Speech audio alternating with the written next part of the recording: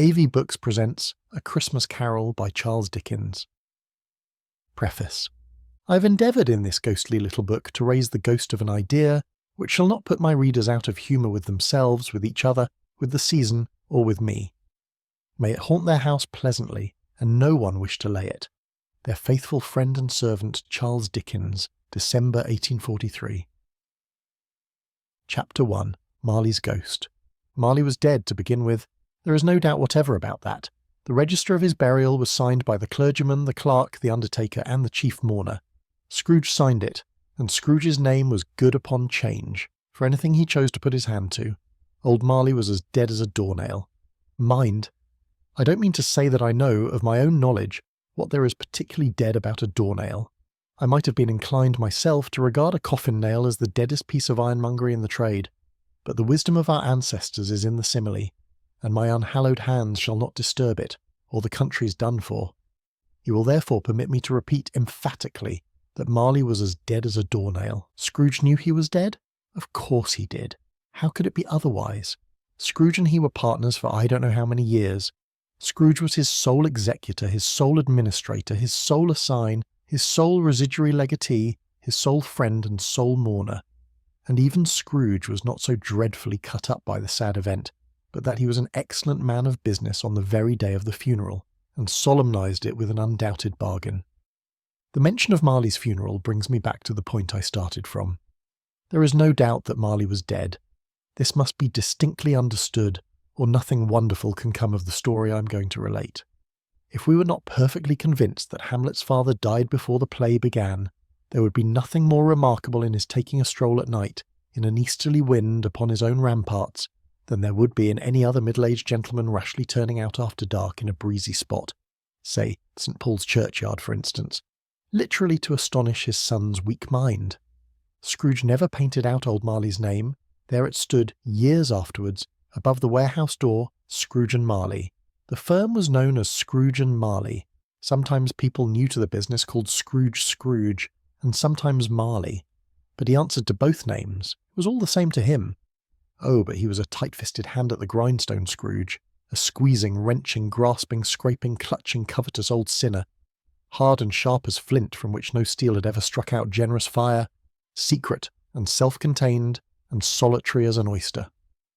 The cold within him froze his old features, nipped his pointed nose, shrivelled his cheek, stiffened his gait, made his eyes red, his thin lips blue, and spoke out shrewdly in his grating voice. A frosty rime was on his head, and on his eyebrows and his wiry chin. He carried his own low temperature always about with him. He iced his office in the dog days, and didn't thaw it 1 degree at Christmas. External heat and cold had little influence on Scrooge. No warmth could warm, nor wintry weather chill him. No wind that blew was bitterer than he. No falling snow was more intent upon its purpose.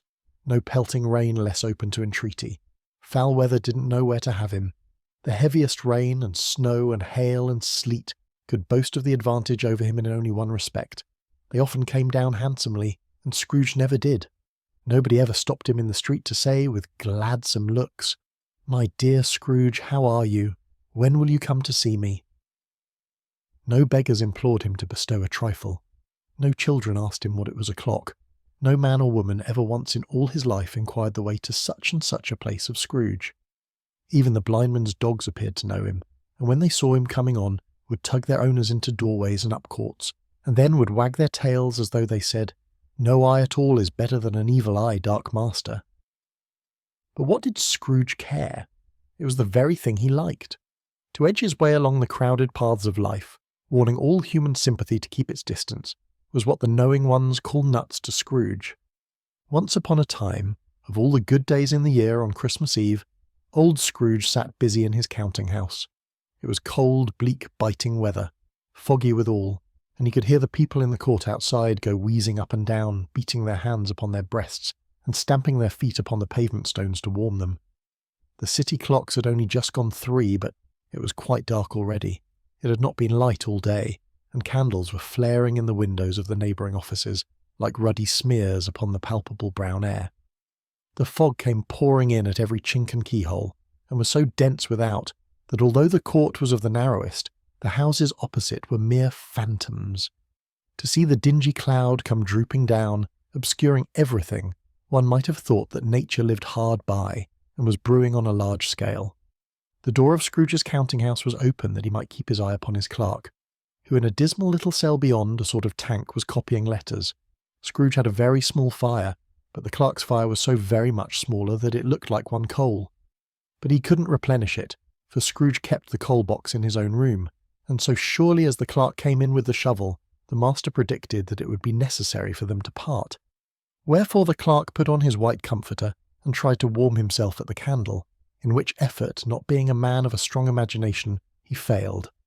"A Merry Christmas, Uncle! God save you!" cried a cheerful voice.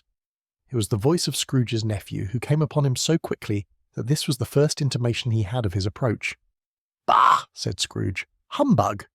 He had so heated himself with rapid walking in the fog and frost, this nephew of Scrooge's, that he was all in a glow. His face was ruddy and handsome. His eyes sparkled and his breath smoked again. "Christmas a humbug, Uncle," said Scrooge's nephew. "You don't mean that, I'm sure." "I do," said Scrooge. "Merry Christmas. What right have you to be merry? What reason have you to be merry? You're poor enough." "Come then," returned the nephew gaily. "What right have you to be dismal? What reason have you to be morose? You're rich enough." Scrooge, having no better answer ready on the spur of the moment, said, "Bah!" again, and followed it up with humbug. "Don't be cross, Uncle," said the nephew. "What else can I be," returned the uncle, "when I live in such a world of fools as this? Merry Christmas! Out upon Merry Christmas! What's Christmas time to you but a time for paying bills without money? A time for finding yourself a year older and not an hour richer? A time for balancing your books and having every item in 'em through a round dozen of months presented dead against you? If I could work my will," said Scrooge indignantly, "every idiot who goes about with Merry Christmas on his lips should be boiled with his own pudding and buried with a stake of holly through his heart. He should." "Uncle," pleaded the nephew. "Nephew," returned the uncle sternly, "keep Christmas in your own way and let me keep it in mine."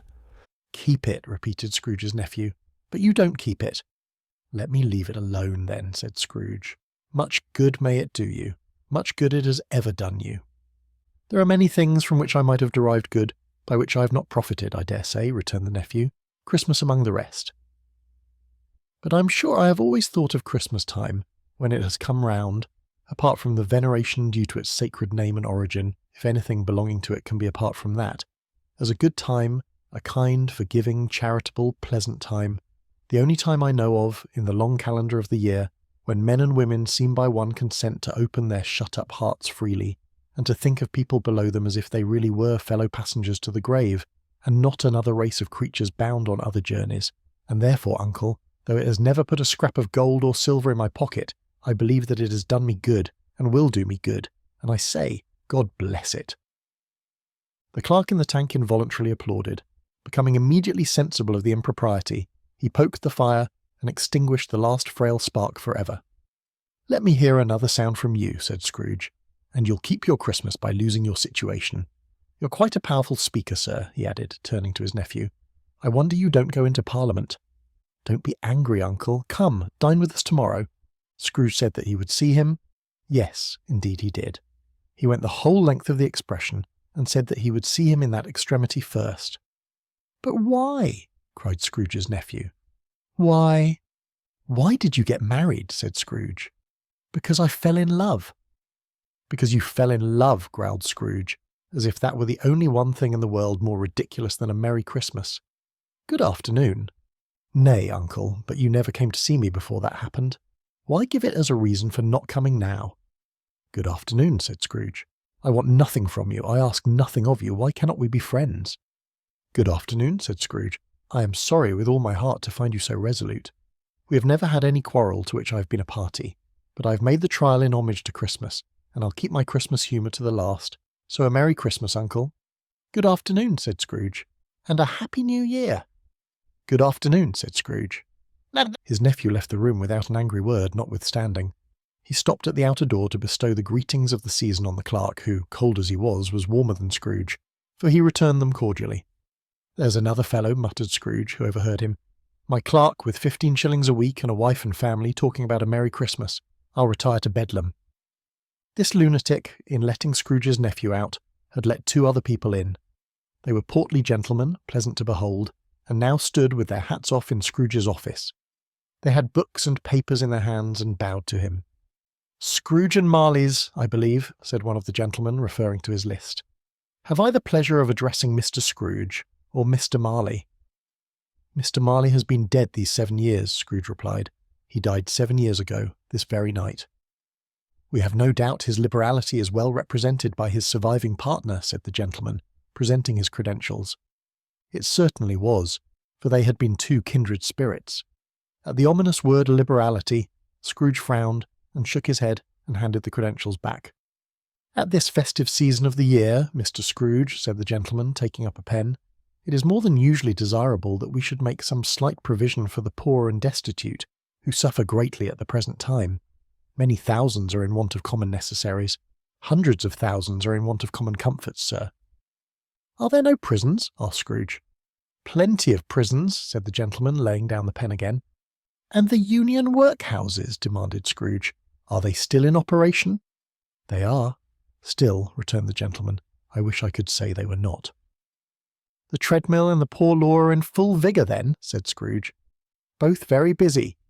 "Oh, I was afraid from what you said at first that something had occurred to stop them in their useful course," said Scrooge. "I'm very glad to hear it." "Under the impression that they scarcely furnish Christian cheer of mind or body to the multitude," returned the gentleman, "a few of us are endeavouring to raise a fund to buy the poor some meat and drink and means of warmth. We choose this time because it is a time, of all others, when want is keenly felt, and abundance rejoices. What shall I put you down for?" "Nothing," Scrooge replied. "If you wish to be anonymous?" "I wish to be left alone," said Scrooge. "Since you ask me what I wish, gentlemen, that is my answer. I don't make merry myself at Christmas, and I can't afford to make idle people merry. I help to support the establishments I have mentioned. They cost enough, and those who are badly off must go there. Many can't go there, and many would rather die." "If they would rather die," said Scrooge, "they had better do it, and decrease the surplus population. Besides, excuse me, I don't know that." "But you might know it," observed the gentleman. "It's not my business," Scrooge returned. "It's enough for a man to understand his own business, and not to interfere with other people's. Mine occupies me constantly. Good afternoon, gentlemen." Seeing clearly that it would be useless to pursue their point, the gentleman withdrew. Scrooge resumed his labours with an improved opinion of himself, and in a more facetious temper than was usual with him. Meanwhile the fog and darkness thickened, so that people ran about with flaring links, proffering their services to go before horses and carriages, and conduct them on their way. The ancient tower of a church, whose gruff old bell was always peeping slyly down at Scrooge out of a Gothic window in the wall, became invisible, and struck the hours and quarters in the clouds, with tremulous vibrations afterwards, as if its teeth were chattering in its frozen head up there. The cold became intense. In the main street at the corner of the court some labourers were repairing the gas pipes, and had lighted a great fire in a brazier, round which a party of ragged men and boys were gathered, warming their hands and winking their eyes before the blaze in rapture. The water-plug being left in solitude, its overflowings sullenly congealed and turned to misanthropic ice. The brightness of the shops, where holly sprigs and berries crackled in the lamp heat of the windows, made pale faces ruddy as they passed. Poulterers' and grocers' trades became a splendid joke, a glorious pageant with which it was next to impossible to believe that such dull principles as bargain and sale had anything to do. The Lord Mayor, in the stronghold of the mighty mansion house, gave orders to his 50 cooks and butlers to keep Christmas as a Lord Mayor's household should, and even the little tailor, whom he'd fined 5 shillings on the previous Monday for being drunk and bloodthirsty in the streets, stirred up tomorrow's pudding in his garret, while his lean wife and the baby sallied out to buy the beef, foggier yet and colder, piercing, searching, biting cold. If the good St. Dunstan had but nipped the evil spirit's nose with a touch of such weather as that, instead of using his familiar weapons, then indeed he would have roared to lusty purpose. The owner of one scant young nose, gnawed and mumbled by the hungry cold as bones are gnawed by dogs, stooped down at Scrooge's keyhole to regale him with a Christmas carol.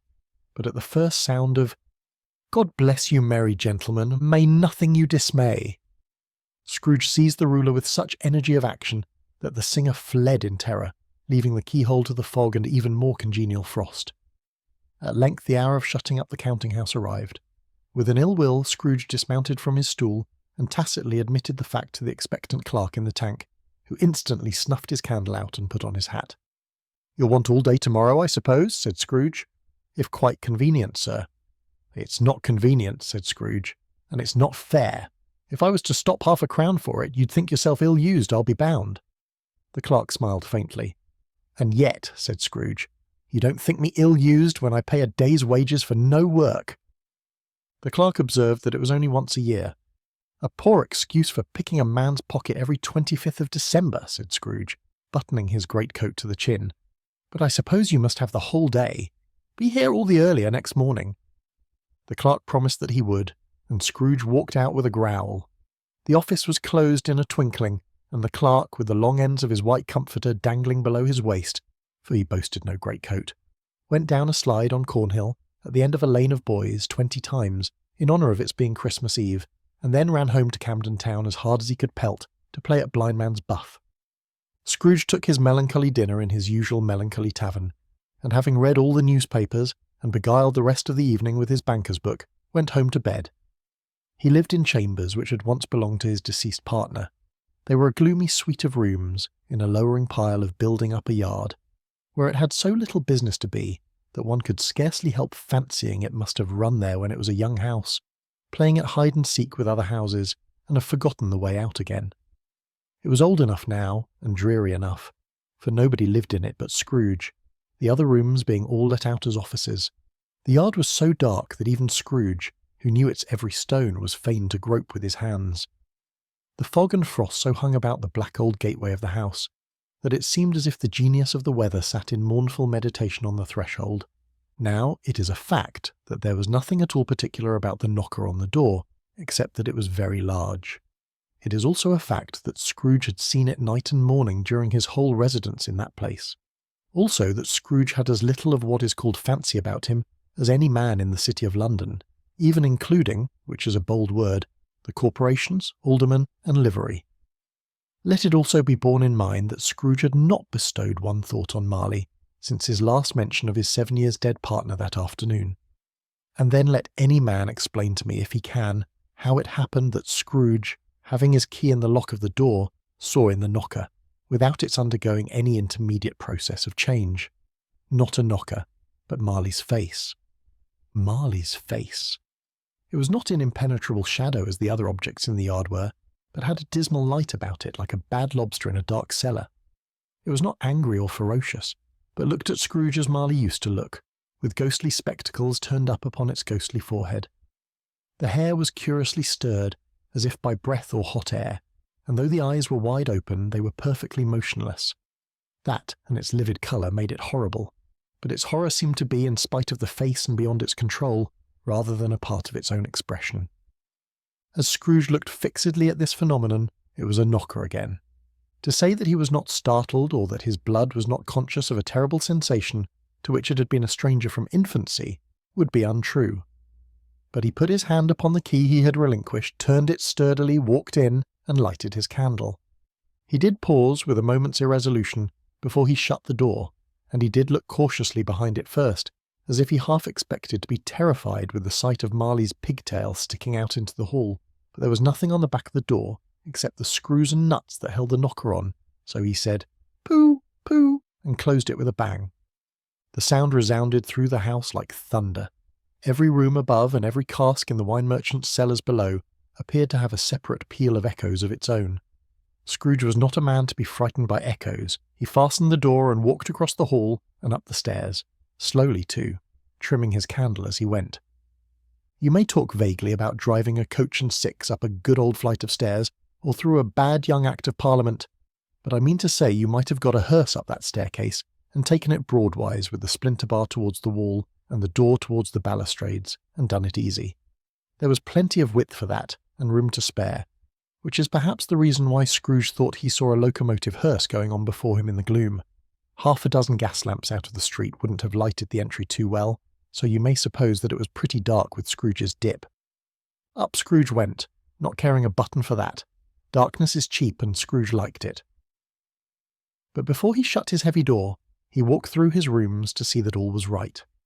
He had just enough recollection of the face to desire to do that, Sitting room, bedroom, lumber room, all as they should be. Nobody under the table, nobody under the sofa, a small fire in the grate, spoon and basin ready, and the little saucepan of gruel, Scrooge had a cold in his head, upon the hob. Nobody under the bed, nobody in the closet, nobody in his dressing gown, which was hanging up in a suspicious attitude against the wall. Lumber room as usual. Old fire guard, old shoes, 2 fish baskets, washing stand on 3 legs, and a poker. Quite satisfied, he closed his door and locked himself in. Double-locked himself in, which was not his custom. Thus secured against surprise, he took off his cravat, put on his dressing gown and slippers and his nightcap, and sat down before the fire to take his gruel. It was a very low fire indeed. Nothing on such a bitter night. He was obliged to sit close to it, and brood over it, before he could extract the least sensation of warmth from such a handful of fuel. The fireplace was an old one, built by some Dutch merchant long ago, and paved all round with quaint Dutch tiles, designed to illustrate the scriptures. There were Cains and Abels, Pharaoh's daughters, queens of Sheba, angelic messengers descending through the air on clouds like feather-beds, Abrahams, Belshazzars, apostles putting off to sea in butter-boats, hundreds of figures to attract his thoughts, and yet that face of Marley, 7 years dead, came like the ancient prophet's rod, and swallowed up the whole. If each smooth tile had been a blank at first, with power to shape some picture on its surface from the disjointed fragments of his thoughts, there would have been a copy of old Marley's head on every one. "Humbug!" said Scrooge, and walked across the room. After several turns, he sat down again. As he threw his head back in the chair, his glance happened to rest upon a bell, a disused bell that hung in the room, and communicated for some purpose now forgotten with a chamber in the highest story of the building. It was with great astonishment, and with a strange, inexplicable dread, that as he looked, he saw this bell begin to swing. It swung so softly in the outset that it scarcely made a sound, but soon it rang out loudly, and so did every bell in the house. This might have lasted half a minute or a minute, but it seemed an hour. The bells ceased as they had begun, together. They were succeeded by a clanking noise deep down below, as if some person were dragging a heavy chain over the casks in the wine merchant's cellar. Scrooge then remembered to have heard that ghosts in haunted houses were described as dragging chains. The cellar door flew open with a booming sound, and then he heard the noise much louder, on the floors below, then coming up the stairs, then coming straight towards his door. "It's humbug still," said Scrooge. "I won't believe it." His colour changed, though, when, without a pause, it came on through the heavy door, and passed into the room before his eyes. Upon its coming in, the dying flame leaped up as though it cried, "I know him, Marley's ghost," and fell again. The same face, the very same. Marley in his pigtail, usual waistcoat, tights and boots, the tassels on the latter bristling like his pigtail and his coat skirts and the hair upon his head. The chain he drew was clasped about his middle. It was long and wound about him like a tail, and it was made, for Scrooge observed it closely, of cash boxes, keys, padlocks, ledgers, deeds, and heavy purses wrought in steel. His body was transparent, so that Scrooge, observing him and looking through his waistcoat, could see the 2 buttons on his coat behind. Scrooge had often heard it said that Marley had no bowels, but he had never believed it until now. No, nor did he believe it even now, though he looked the phantom through and through, and saw it standing before him, though he felt the chilling influence of its death-cold eyes, and marked the very texture of the folded kerchief bound about its head and chin, which wrapper he had not observed before. He was still incredulous, and fought against his senses. "How now?" said Scrooge, caustic and cold as ever. "What do you want with me?" "Much," Marley's voice, no doubt about it. "Who are you?" "Ask me who I was." "Who are you then?" said Scrooge, raising his voice. "You're particular, for a shade." He was going to say, to a shade, but substituted this as more appropriate. "In life I was your partner, Jacob Marley." Can you sit down?" asked Scrooge, looking doubtfully at him. "I can." "Do it then." Scrooge asked the question, because he didn't know whether a ghost so transparent might find himself in a condition to take a chair, and felt that in the event of its being impossible, it might involve the necessity of an embarrassing explanation. But the ghost sat down on the opposite side of the fireplace, as if he were quite used to it. "You don't believe in me," observed the ghost. "I don't," said Scrooge. "What evidence would you have of my reality beyond that of your senses?" "I don't know," said Scrooge. "Why do you doubt your senses?" "Because," said Scrooge, A little thing affects them. A slight disorder of the stomach makes them cheats. You may be an undigested bit of beef, a blot of mustard, a crumb of cheese, a fragment of an underdone potato. There's more of gravy than of grave about you, whatever you are. Scrooge was not much in the habit of cracking jokes, nor did he feel in his heart by any means waggish then. The truth is that he tried to be smart as a means of distracting his own attention and keeping down his terror, for the spectre's voice disturbed the very marrow in his bones. To sit, staring at those fixed glazed eyes in silence for a moment, would play, Scrooge felt, the very deuce with him. There was something very awful, too, in the spectre's being provided with an infernal atmosphere of its own. Scrooge could not feel it himself, but this was clearly the case. For though the ghost sat perfectly motionless, its hair and skirts and tassels were still agitated, as by the hot vapour from an oven. "You see this toothpick," said Scrooge, returning quickly to the charge, for the reason just assigned, and wishing, though it were only for a second, to divert the vision's stony gaze from himself. "I do," replied the ghost. "You're not looking at it," said Scrooge. "But I see it," said the ghost, notwithstanding. "Well," returned Scrooge, "I have but to swallow this, and be for the rest of my days persecuted by a legion of goblins, all of my own creation. Humbug, I tell you, humbug." At this the spirit raised a frightful cry, and shook its chain with such a dismal and appalling noise that Scrooge held on tight to his chair to save himself from falling in a swoon. But how much greater was his horror, when the phantom, taking off the bandage round its head, as if it were too warm to wear indoors, its lower jaw dropped down upon its breast. Scrooge fell upon his knees and clasped his hands before his face. "Mercy," he said. "Dreadful apparition, why do you trouble me?"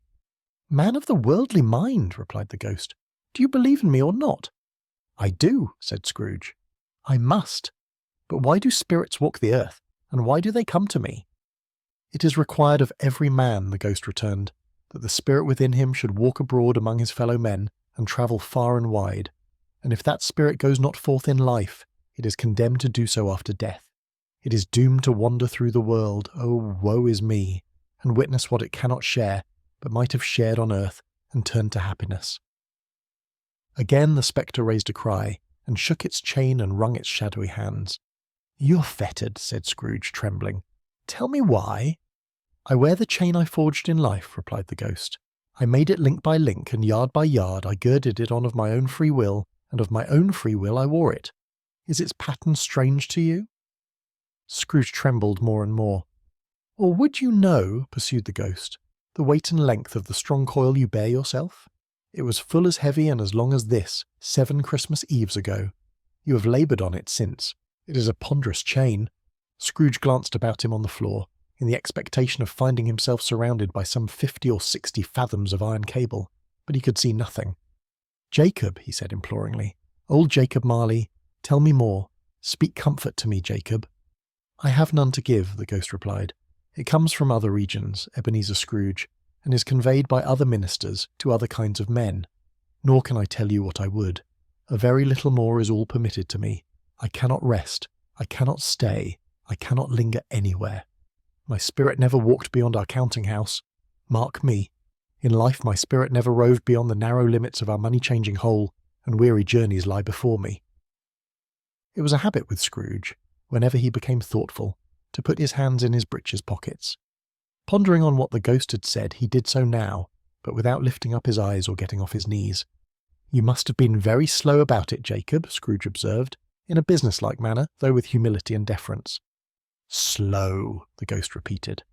7 years dead, mused Scrooge, "and travelling all the time?" "The whole time," said the ghost. "No rest, no peace, incessant torture of remorse." "You travel fast?" said Scrooge. "On the wings of the wind," replied the ghost. "You might have got over a great quantity of ground in 7 years," said Scrooge.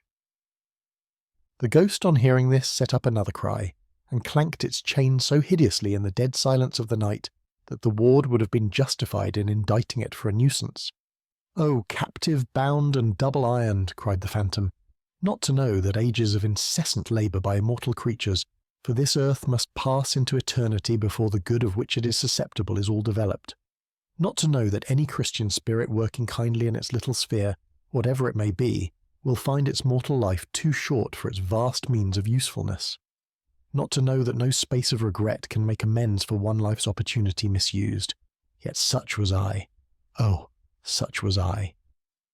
"But you were always a good man of business, Jacob," faltered Scrooge, who now began to apply this to himself. "Business!" cried the ghost, wringing its hands again. "Mankind was my business. The common welfare was my business. Charity, mercy, forbearance, and benevolence were all my business. The dealings of my trade were but a drop of water in the comprehensive ocean of my business." It held up its chain at arm's length, as if that were the cause of all its unavailing grief, and flung it heavily upon the ground again. "At this time of the rolling year," the spectre said, "I suffer most. Why did I walk through crowds of fellow beings with my eyes turned down, and never raise them to that blessed star which led the wise men to a poor abode? Were there no poor homes to which its light would have conducted me?" Scrooge was very much dismayed to hear the spectre going on at this rate, and began to quake exceedingly. "Hear me!" cried the ghost. "My time is nearly gone." "I will," said Scrooge, "but don't be hard upon me. Don't be flowery, Jacob, pray." "How it is that I appear before you in a shape that you can see, I may not tell. I have sat invisible beside you many and many a day." It was not an agreeable idea. Scrooge shivered, and wiped the perspiration from his brow. "That is no light part of my penance," pursued the ghost. "I am here tonight to warn you that you have yet a chance and hope of escaping my fate, a chance and hope of my procuring Ebenezer." "You were always a good friend to me," said Scrooge. "Thank'ee."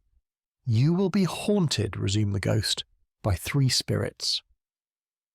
Scrooge's countenance fell almost as low as the ghost's had done. "Is that the chance and hope you mentioned, Jacob?" he demanded, in a faltering voice. "It is." I think I'd rather not," said Scrooge. "Without their visits," said the ghost, "you cannot hope to shun the path I tread. Expect the first tomorrow, when the bell tolls 1. "Couldn't I take 'em all at once and have it over, Jacob?" hinted Scrooge. "Expect the second on the next night at the same hour. The third upon the next night when the last stroke of 12 has ceased to vibrate. Look to see me no more, and look that for your own sake you remember what has passed between us." When it had said these words, the spectre took its wrapper from the table and bound it round its head as before. Scrooge knew this by the smart sound its teeth made when the jaws were brought together by the bandage. He ventured to raise his eyes again, and found his supernatural visitor confronting him in an erect attitude, with its chain wound over and about its arm. The apparition walked backward from him, and at every step it took the window raised itself a little, so that when the spectre reached it, it was wide open. It beckoned Scrooge to approach, which he did. When they were within 2 paces of each other, Marley's ghost held up its hand, warning him to come no nearer. Scrooge stopped, not so much in obedience as in surprise and fear, for on the raising of the hand he became sensible of confused noises in the air, incoherent sounds of lamentation and regret, wailings inexpressibly sorrowful and self-accusatory. The spectre, after listening for a moment, joined in the mournful dirge, and floated out upon the bleak dark night. Scrooge followed to the window, desperate in his curiosity. He looked out, the air filled with the phantoms, wandering hither and thither in restless haste, and moaning as they went. Every one of them wore chains like Marley's ghost. Some few, they might be guilty governments, were linked together. None were free. Many had been personally known to Scrooge in their lives. He had been quite familiar with one old ghost, in a white waistcoat, with a monstrous iron safe attached to its ankle, who cried piteously at being unable to assist a wretched woman with an infant, whom it saw below upon a doorstep. The misery with them all was clearly that they sought to interfere, for good in human matters, and had lost the power forever. Whether these creatures faded into mist, or mist enshrouded them, he could not tell, but they and their spirit voices faded together, and the night became as it had been when he walked home. Scrooge closed the window and examined the door by which the ghost had entered. It was double locked, as he had locked it with his own hands, and the bolts were undisturbed. He tried to say, "Humbug," but stopped at the first syllable, and being, from the emotion he had undergone, or the fatigues of the day, or his glimpse of the invisible world, or the dull conversation of the ghost, or the lateness of the hour, much in need of repose, went straight to bed without undressing and fell asleep upon the instant. Chapter 2. The First of the 3 Spirits. When Scrooge awoke, it was so dark that looking out of bed, he could scarcely distinguish the transparent window from the opaque walls of his chamber. He was endeavouring to pierce the darkness with his ferret eyes when the chimes of a neighbouring church struck the 4 quarters, so he listened for the hour. To his great astonishment, the heavy bell went on from 6 to 7, and from 7 to 8, and regularly up to 12, then stopped. 12. It was past 2 when he went to bed. The clock was wrong. An icicle must have got into the works. 12. He touched the spring of his repeater to correct this most preposterous clock. Its rapid little pulse beat 12 and stopped. "Why, it isn't possible," said Scrooge, "that I can have slept through a whole day and far into another night. It isn't possible that anything has happened to the sun, and this is 12 at noon."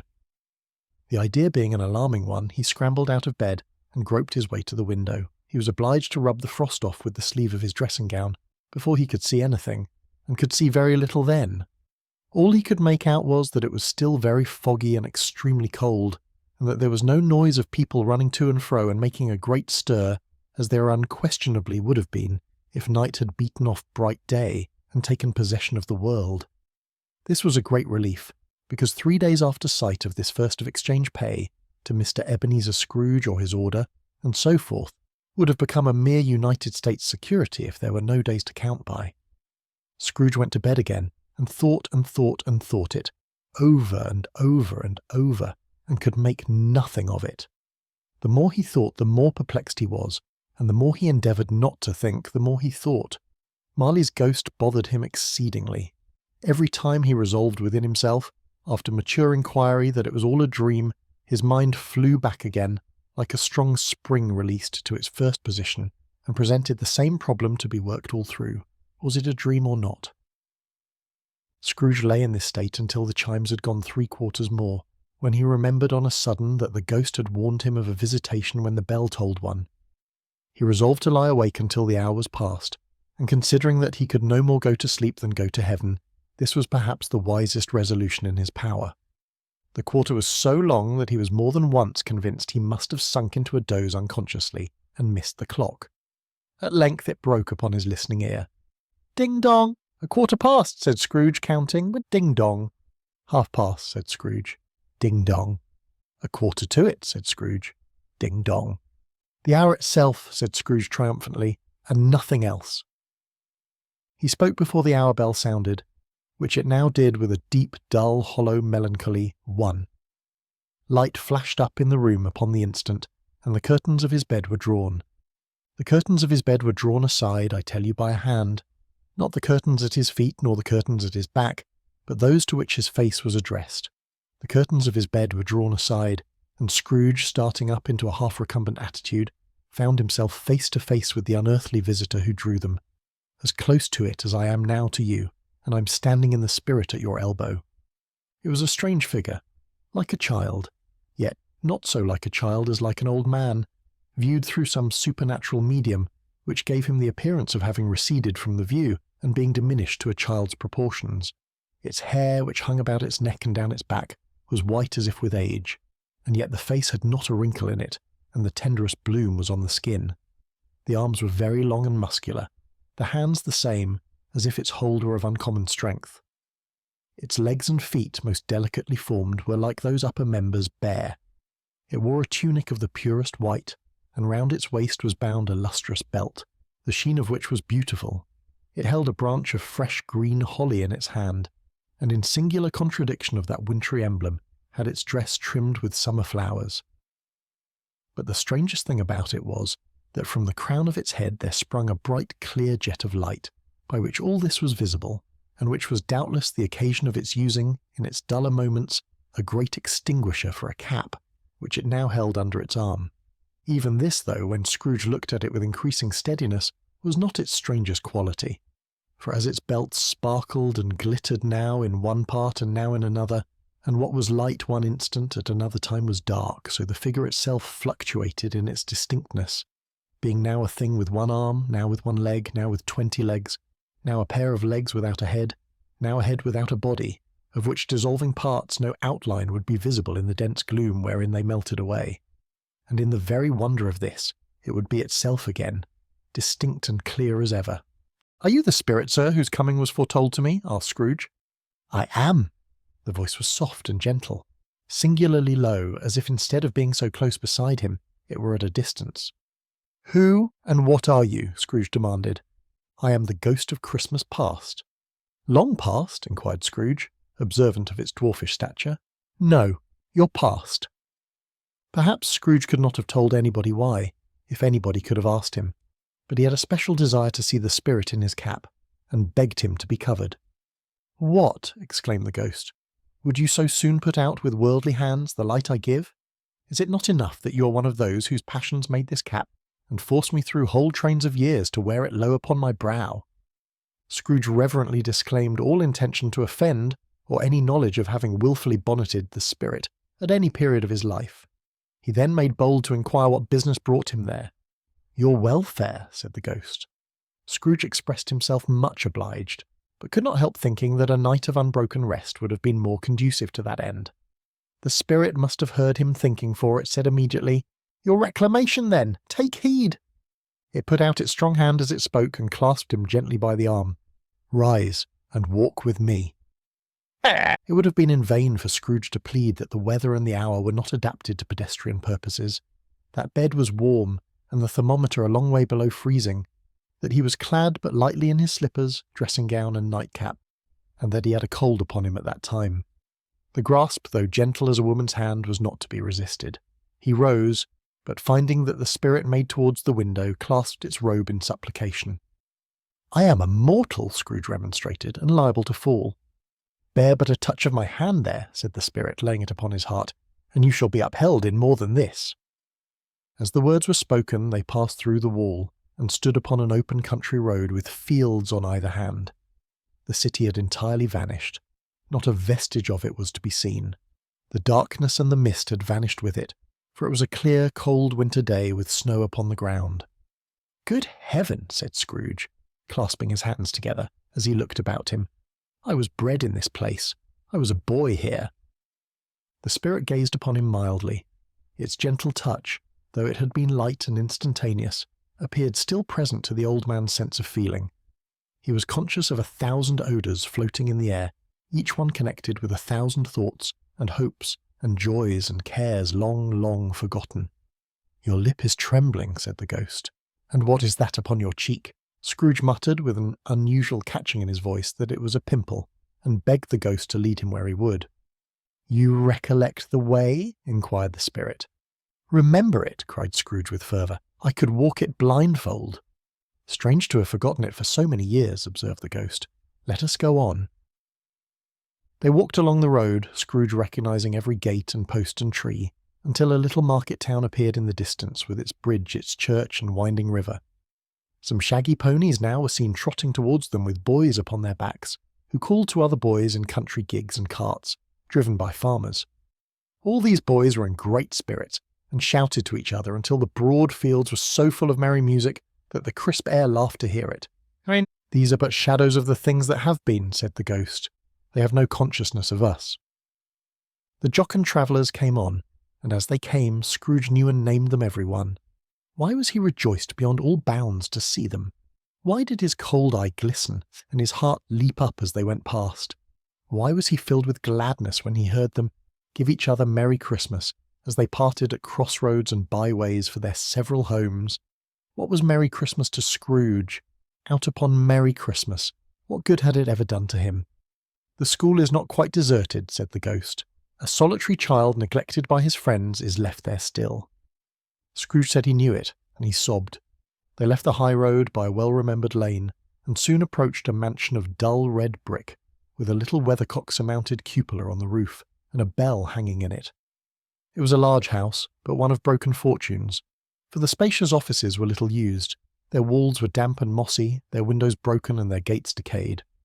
Fowls clucked and strutted in the stables, and the coach-houses and sheds were overrun with grass. Nor was it more retentive of its ancient state within, for entering the dreary hall and glancing through the open doors of many rooms, they found them poorly furnished, cold and vast.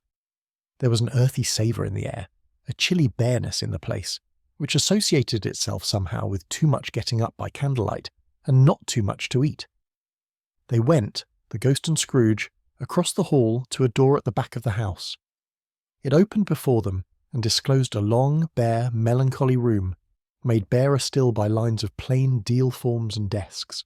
At one of these a lonely boy was reading near a feeble fire, and Scrooge sat down upon a form and wept to see his poor forgotten self as he had used to be.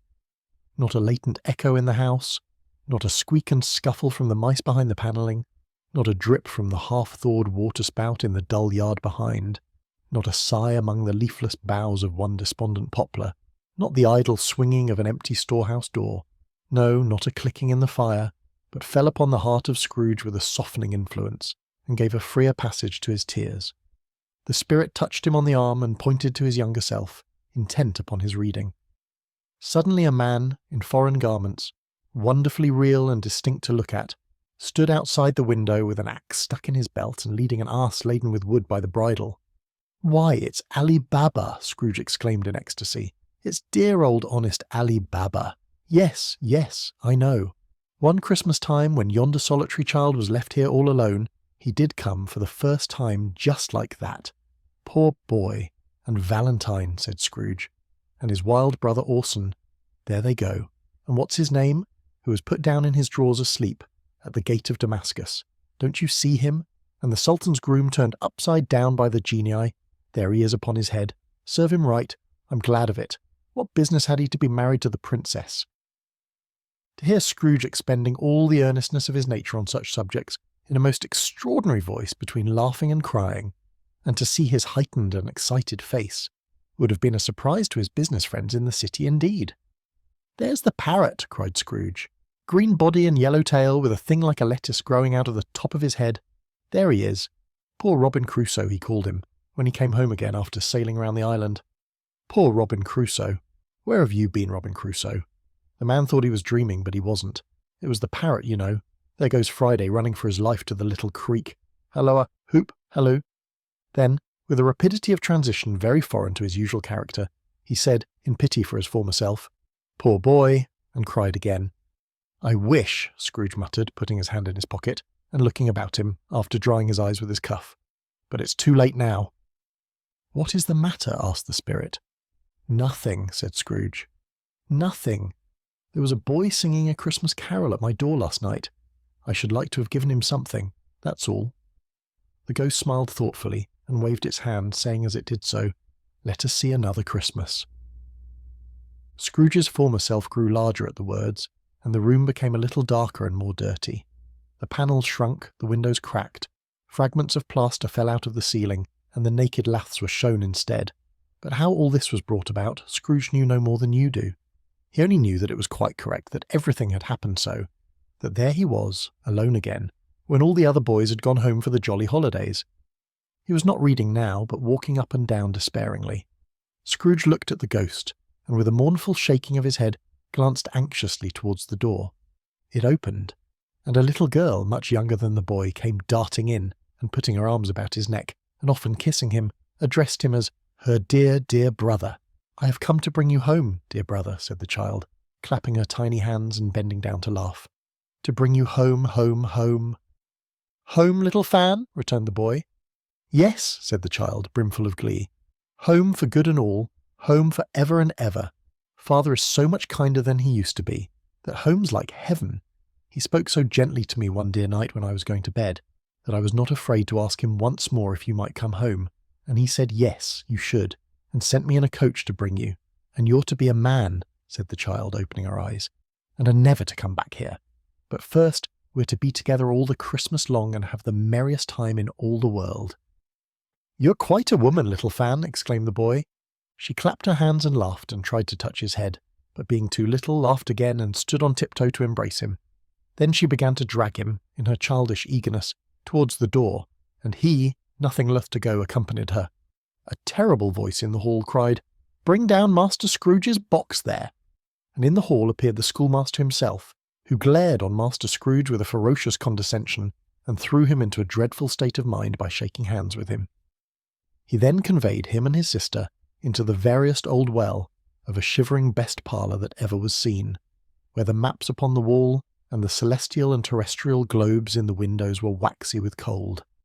Here he produced a decanter of curiously light wine and a block of curiously heavy cake, and administered instalments of those dainties to the young people, at the same time sending out a meagre servant to offer a glass of something to the postboy, who answered that he thanked the gentleman, but if it was the same tap as he had tasted before, he had rather not. Master Scrooge's trunk being by this time tied onto the top of the chaise, the children bade the schoolmaster goodbye right willingly, and getting into it drove gaily down the garden sweep, the quick wheels dashing the hoar frost and snow from off the dark leaves of the evergreens like spray. "Always a delicate creature whom a breath might have withered," said the ghost, "but she had a large heart." "So she had," cried Scrooge. "You're right. I'll not gainsay it, spirit, God forbid." "She died a woman," said the ghost, "and had, as I think, children." "One child," Scrooge returned. "True," said the ghost. "Your nephew?" Scrooge seemed uneasy in his mind, and answered briefly, "Yes." So, although they had but that moment left the school behind them, they were now in the busy thoroughfares of a city, where shadowy passengers passed and repassed, where shadowy carts and coaches battled for the way, and all the strife and tumult of a real city were. It was made plain enough, by the dressing of the shops, that here too it was Christmas time again, but it was evening, and the streets were lighted up. The ghost stopped at a certain warehouse door, and asked Scrooge if he knew it. "Know it," said Scrooge. "Was I apprenticed here?" They went in, at sight of an old gentleman in a Welsh wig sitting behind such a high desk that if he had been 2 inches taller, he must have knocked his head against the ceiling. Scrooge cried in great excitement, "Why, it's old Fezziwig! Bless his heart, it's Fezziwig alive again!" Old Fezziwig laid down his pen and looked up at the clock, which pointed to the hour of 7.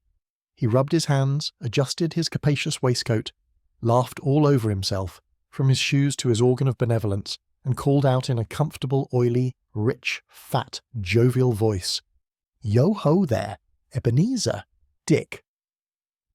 Scrooge's former self, now grown a young man, came briskly in, accompanied by his fellow prentice. "Dick Wilkins, to be sure," said Scrooge to the ghost. "Bless me, yes. There he is. He was very much attached to me, was Dick. Poor Dick. Dear, dear." "Yo-ho, my boys," said Fezziwig. "No more work tonight. Christmas Eve, Dick. Christmas, Ebenezer. Let's have the shutters up," cried old Fezziwig, with a sharp clap of his hands, before a man can say, "Jack Robinson." You wouldn't believe how those two fellows went at it. They charged into the street with the shutters, 1, 2, 3, had 'em up in their places, 4, 5, 6, barred 'em and pinned 'em, 7, 8, 9, and came back before you could have got to 12, panting like racehorses. "Hilly-ho!" cried old Fezziwig, skipping down from the high desk with wonderful agility. "Clear away, my lads, and let's have lots of room here. Hilly-ho, Dick, cheer up, Ebenezer." Clear away. There was nothing they wouldn't have cleared away, or couldn't have cleared away, with old Fezziwig looking on. It was done in a minute. Every movable was packed off, as if it were dismissed from public life for evermore. The floor was swept and watered, the lamps were trimmed, fuel was heaped upon the fire, and the warehouse was as snug and warm and dry and bright a ballroom as you would desire to see upon a winter's night. In came a fiddler with a music book, and went up to the lofty desk and made an orchestra of it, and tuned like 50 stomach aches. In came Mrs. Fezziwig, one vast substantial smile. In came the 3 Miss Fezziwigs, beaming and lovable. In came the 6 young followers whose hearts they broke. In came all the young men and women employed in the business. In came the housemaid with her cousin, the baker. In came the cook, with her brother's particular friend, the milkman. In came the boy from over the way, who was suspected of not having board enough from his master, trying to hide himself behind the girl from next door but one, who was proved to have had her ears pulled by her mistress. In they all came, one after another, some shyly, some boldly, some gracefully, some awkwardly, some pushing, some pulling. In they all came, anyhow and everyhow. Away they all went, 20 couple at once, hands half round and back again the other way, down the middle and up again, round and round in various stages of affectionate grouping, old top couple always turning up in the wrong place, new top couple starting off again, as soon as they got there, all top couples at last and not a bottom one to help them. When this result was brought about, old Fezziwig, clapping his hands to stop the dance, cried out, "Well done!" and the fiddler plunged his hot face into a pot of porter, especially provided for that purpose. But scorning rest upon his reappearance, he instantly began again, though there were no dancers yet, as if the other fiddler had been carried home, exhausted on a shutter, and he were a brand new man resolved to beat him out of sight, or perish. There were more dances, and there were forfeits, and more dances, and there was cake, and there was negus, and there was a great piece of cold roast, and there was a great piece of cold boiled, and there were mince pies and plenty of beer. But the great effect of the evening came after the roast and boiled, when the fiddler, an artful dog mind, the sort of man who knew his business better than you or I could have told it him, struck up Sir Roger de Coverley. Then old Fezziwig stood out to dance with Mrs. Fezziwig.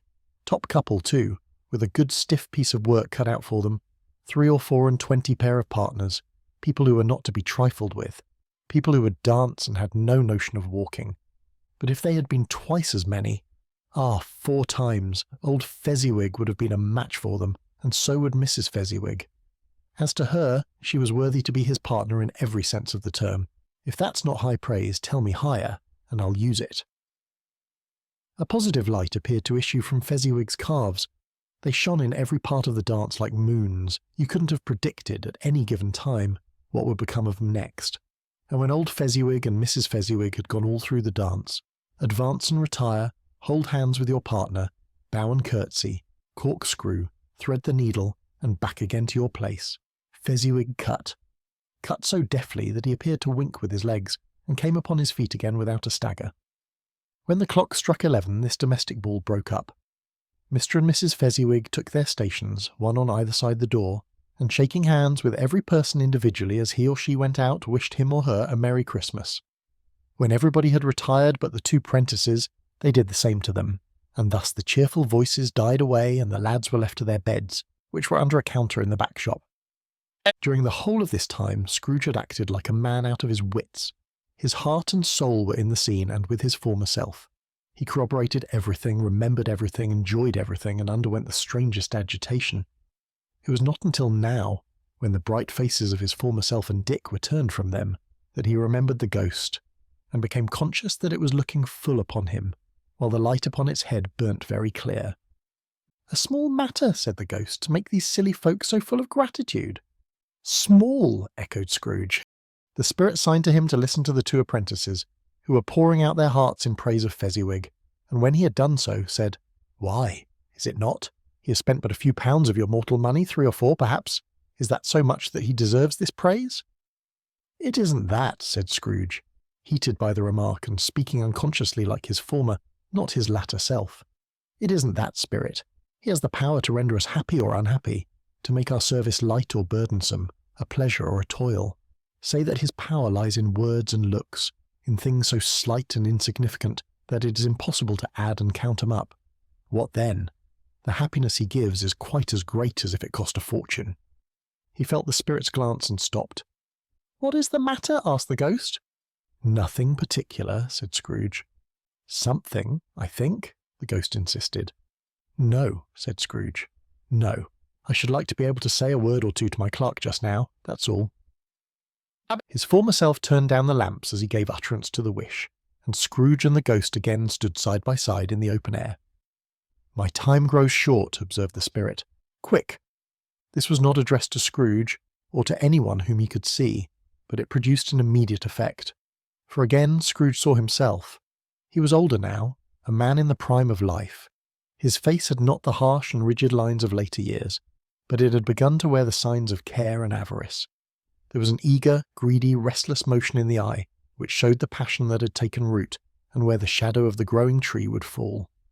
He was not alone, but sat by the side of a fair young girl in a mourning dress, in whose eyes there were tears, which sparkled in the light that shone out of the ghost of Christmas past. "It matters little," she said softly. "To you, very little. Another idol has displaced me, and if it can cheer and comfort you in time to come, as I would have tried to do, I have no just cause to grieve." "What idol has displaced you?" he rejoined. "A golden one." "This is the even-handed dealing of the world," he said. "There is nothing on which it is so hard as poverty, and there is nothing it professes to condemn with such severity as the pursuit of wealth." "You fear the world so much," she answered gently. "All your other hopes have merged into the hope of being beyond the chance of its sordid reproach. I have seen your nobler aspirations fall off one by one, until the master passion, gain, engrosses you. Have I not?" "What then?" he retorted. "Even if I've grown so much wiser, what then? I'm not changed towards you." She shook her head. "Am I?" Our contract is an old one. It was made when we were both poor and content to be so, until, in good season, we could improve our worldly fortune by our patient industry. You are changed. When it was made, you were another man." "I was a boy," he said impatiently. "Your own feeling tells you that you are not what you are," she returned. "I am. That which promised happiness when we were one in heart is fraught with misery now that we are two. How often and how keenly I have thought of this, I will not say. It is enough that I have thought of it, and can release you." "Have I ever sought release?" "In words, no, never." "In what then?" "In a changed nature, in an altered spirit, in another atmosphere of life, another hope as its great end, in everything that made my love of any worth or value in your sight. If this had never been between us," said the girl, looking mildly but with steadiness upon him, "tell me, would you seek me out and try to win me now?" "Ah, no." He seemed to yield to the justice of this supposition, in spite of himself, but he said with a struggle, "You think not." "I would gladly think otherwise if I could," she answered. "Heaven knows. When I have learned a truth like this, I know how strong and irresistible it must be. But if you were free today, tomorrow, yesterday, can even I believe that you would choose a dowerless girl, you who, in your very confidence with her, weigh everything by gain, or, choosing her, if for a moment you are false enough to your one guiding principle to do so, do I not know that your repentance and regret would surely follow? I do, and I release you, with a full heart for the love of him you once were."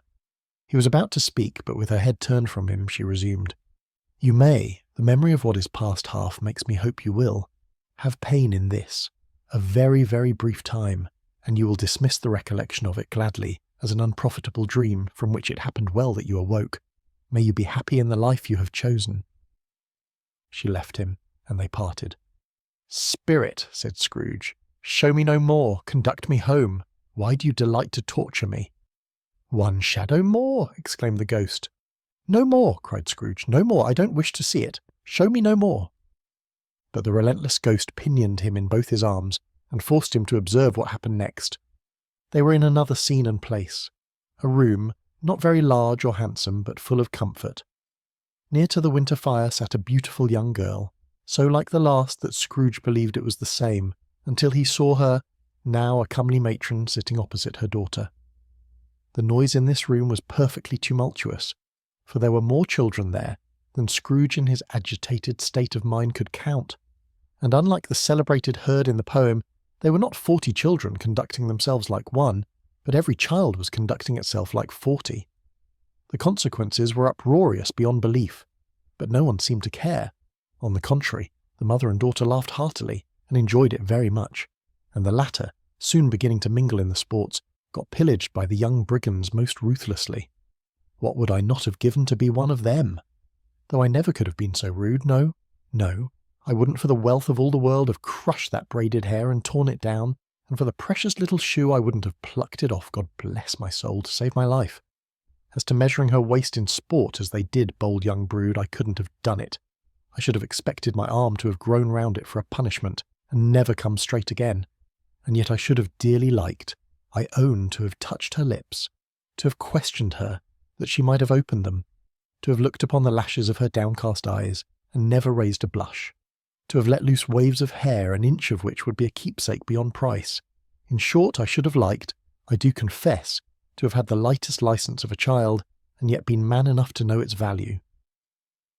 But now a knocking at the door was heard, and such a rush immediately ensued that she, with laughing face and plundered dress, was borne towards it the centre of a flushed and boisterous group, just in time to greet the father, who came home attended by a man laden with Christmas toys and presents.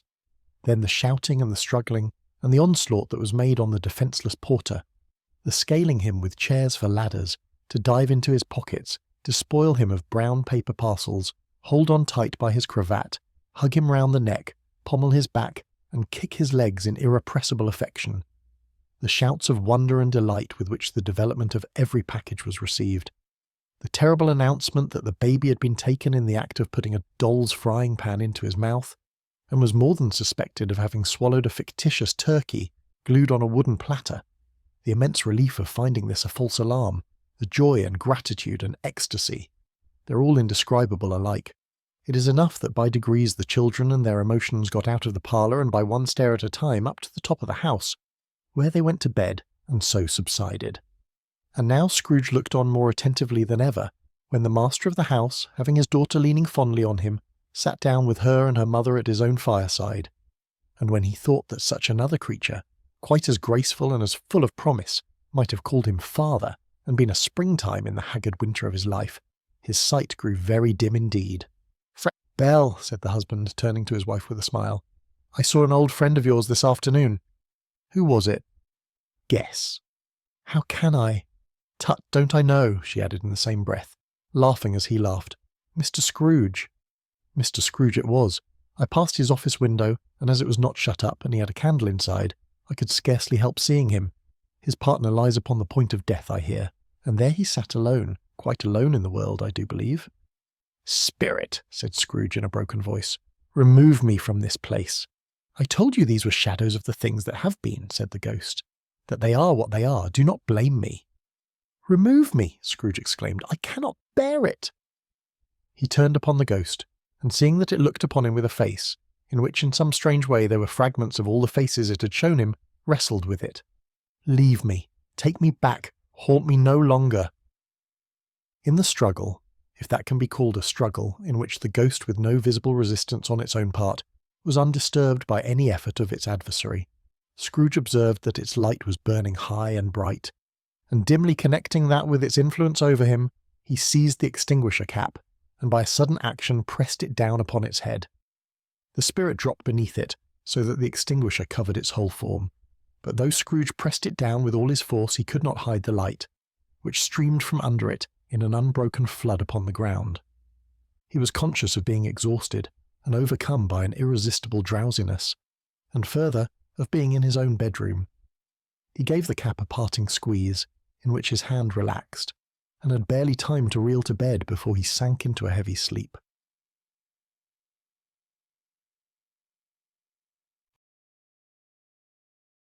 Chapter 3. The Second of the Three Spirits. Awaking in the middle of a prodigiously tough snore and sitting up in bed to get his thoughts together, Scrooge had no occasion to be told that the bell was again upon the stroke of 1. He felt that he was restored to consciousness in the right nick of time, for the especial purpose of holding a conference with the second messenger dispatched to him through Jacob Marley's intervention. But finding that, he turned uncomfortably cold when he began to wonder which of his curtains this new spectre would draw back. He put them every one aside with his own hands, and lying down again, established a sharp lookout all round the bed. For he wished to challenge the spirit on the moment of its appearance, and did not wish to be taken by surprise and made nervous. Gentlemen of the free and easy sort, who plume themselves on being acquainted with a move or two, and being usually equal to the time of day, express the wide range of their capacity for adventure by observing that they are good for anything from pitch and toss to manslaughter, between which opposite extremes, no doubt, there lies a tolerably wide and comprehensive range of subjects.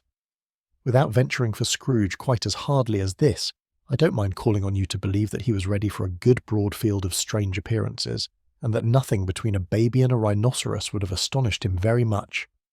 Now, being prepared for almost anything, he was not by any means prepared for nothing, and consequently, when the bell struck 1 and no shape appeared, he was taken with a violent fit of trembling. 5 minutes, 10 minutes, a quarter of an hour went by, yet nothing came.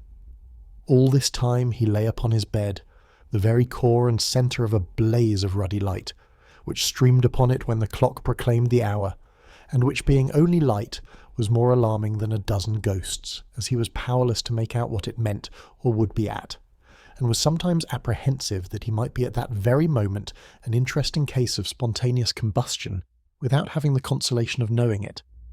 At last, however, he began to think, as you or I would have thought at first, for it is always the person not in the predicament who knows what ought to have been done in it, and would unquestionably have done it too.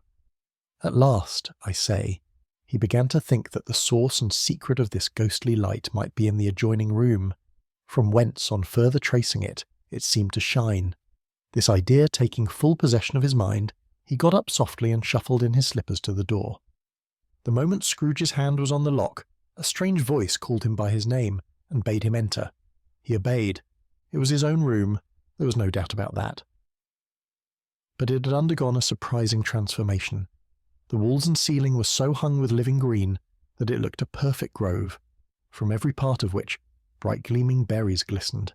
The crisp leaves of holly, mistletoe and ivy reflected back the light, as if so many little mirrors had been scattered there, and such a mighty blaze went roaring up the chimney as that dull petrification of a hearth had never known in Scrooge's time, or Marley's, or for many and many a winter season gone. Heaped up on the floor to form a kind of throne were turkeys, geese, game, poultry, brawn, great joints of meat, sucking pigs, long wreaths of sausages, mince pies, plum puddings, barrels of oysters, red-hot chestnuts, cherry-cheeked apples, juicy oranges, luscious pears, immense 12th cakes, and seething bowls of punch that made the chamber dim with their delicious steam.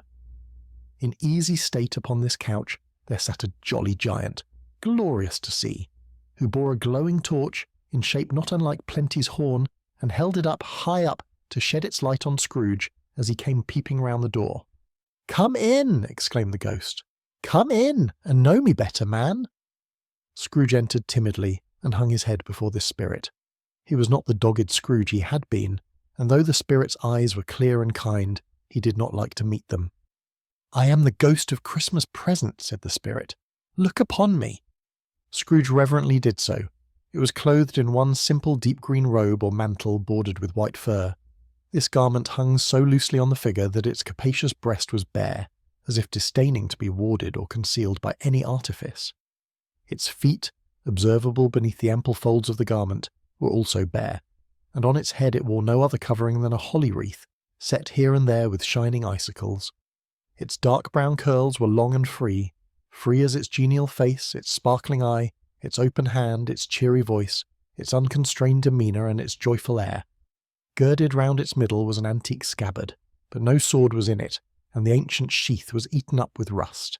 "Sir, "You have never seen the like of me before," exclaimed the spirit. "Never," Scrooge made answer to it. And "Have never walked forth with the younger members of my family, meaning, for I am very young, my elder brothers born in these later years," pursued the phantom. "I don't think I have," said Scrooge. "I'm afraid I have not. Have you had many brothers, spirit?" "More than 1,800, said the ghost. "A tremendous family to provide for," muttered Scrooge. The ghost of Christmas present rose. "Spirit," said Scrooge submissively, "conduct me where you will. I went forth last night on compulsion, and I learnt a lesson which is working now. Tonight, if you have aught to teach me, let me profit by it." "Touch my robe." Scrooge did as he was told and held it fast. Holly, mistletoe, red berries, ivy, turkeys, geese, game, poultry, brawn, meat, pigs, sausages, oysters, pies, puddings, fruit and punch, all vanished instantly. So did the room, the fire, the ruddy glow, the hour of night, and they stood in the city streets on Christmas morning, where, for the weather was severe, the people made a rough, but brisk and not unpleasant kind of music, in scraping the snow from the pavement in front of their dwellings and from the tops of their houses, whence it was mad delight to the boys to see it come plumping down into the road below and splitting into artificial little snowstorms. The house fronts looked black enough, and the windows blacker, contrasting with the smooth white sheet of snow upon the roofs and with the dirtier snow upon the ground, which last deposit had been ploughed up in deep furrows by the heavy wheels of carts and wagons, furrows that crossed and recrossed each other hundreds of times, where the great streets branched off and made intricate channels hard to trace in the thick yellow mud and icy water. The sky was gloomy, and the shortest streets were choked up with a dingy mist, half thawed, half frozen, whose heavier particles descended in a shower of sooty atoms, as if all the chimneys in Great Britain had by one consent caught fire and were blazing away to their dear heart's content. There was nothing very cheerful in the climate or the town, and yet was there an air of cheerfulness abroad that the clearest summer air and brightest summer sun might have endeavoured to diffuse in vain. For the people who were shovelling away on the housetops were jovial and full of glee, calling out to one another from the parapets, and now and then exchanging a facetious snowball, better-natured missile by far than many a wordy jest, laughing heartily if it went right, and not less heartily if it went wrong. The poulterers' shops were still half open, and the fruiterers were radiant in their glory. There were great round, pot-bellied baskets of chestnuts, shaped like the waistcoats of jolly old gentlemen, lolling at the doors and tumbling out into the street in their apoplectic opulence. There were ruddy, brown-faced, broad-girthed Spanish onions shining in the fatness of their growth like Spanish friars, and winking from their shelves in wanton slyness at the girls as they went by, and glanced demurely at the hung-up mistletoe. There were pears and apples clustered high in blooming pyramids. There were bunches of grapes made in the shopkeeper's benevolence to dangle from conspicuous hooks, that people's mouths might water gratis as they passed. There were piles of filberts, mossy and brown, recalling in their fragrance ancient walks among the woods and pleasant shufflings ankle-deep through withered leaves. There were Norfolk biffins, squab and swarthy, setting off the yellow of the oranges and lemons, and in the great compactness of their juicy persons, urgently entreating and beseeching to be carried home in paper bags and eaten after dinner. The very gold and silver fish, set forth among these choice fruits in a bowl, though members of a dull and stagnant-blooded race, appeared to know that there was something going on, and to a fish went gasping round and round their little world in slow and passionless excitement. The grocers, oh the grocers, nearly closed with perhaps 2 shutters down, or 1, but through those gaps such glimpses. It was not alone that the scales descending on the counter made a merry sound, or that the twine and roller parted company so briskly, or that the canisters were rattled up and down like juggling tricks, or even that the blended scents of tea and coffee were so grateful to the nose, or even that the raisins were so plentiful and rare, the almonds so extremely white, the sticks of cinnamon so long and straight, the other spices so delicious, the candied fruits so caked and spotted with molten sugar as to make the coldest lookers-on feel faint and subsequently bilious. Nor was it that the figs were moist and pulpy, or that the French plums blushed in modest tartness from their highly decorated boxes, or that everything was good to eat and in its Christmas dress. But the customers were all so hurried and so eager in the hopeful promise of the day that they tumbled up against each other at the door, clashing their wicker baskets wildly, and left their purchases upon the counter and came running back to fetch them, and committed hundreds of the like mistakes in the best humour possible, while the grocer and his people were so frank and fresh that the polished hearts with which they fastened their aprons behind might have been their own, worn outside for general inspection and for Christmas doors to peck at if they chose.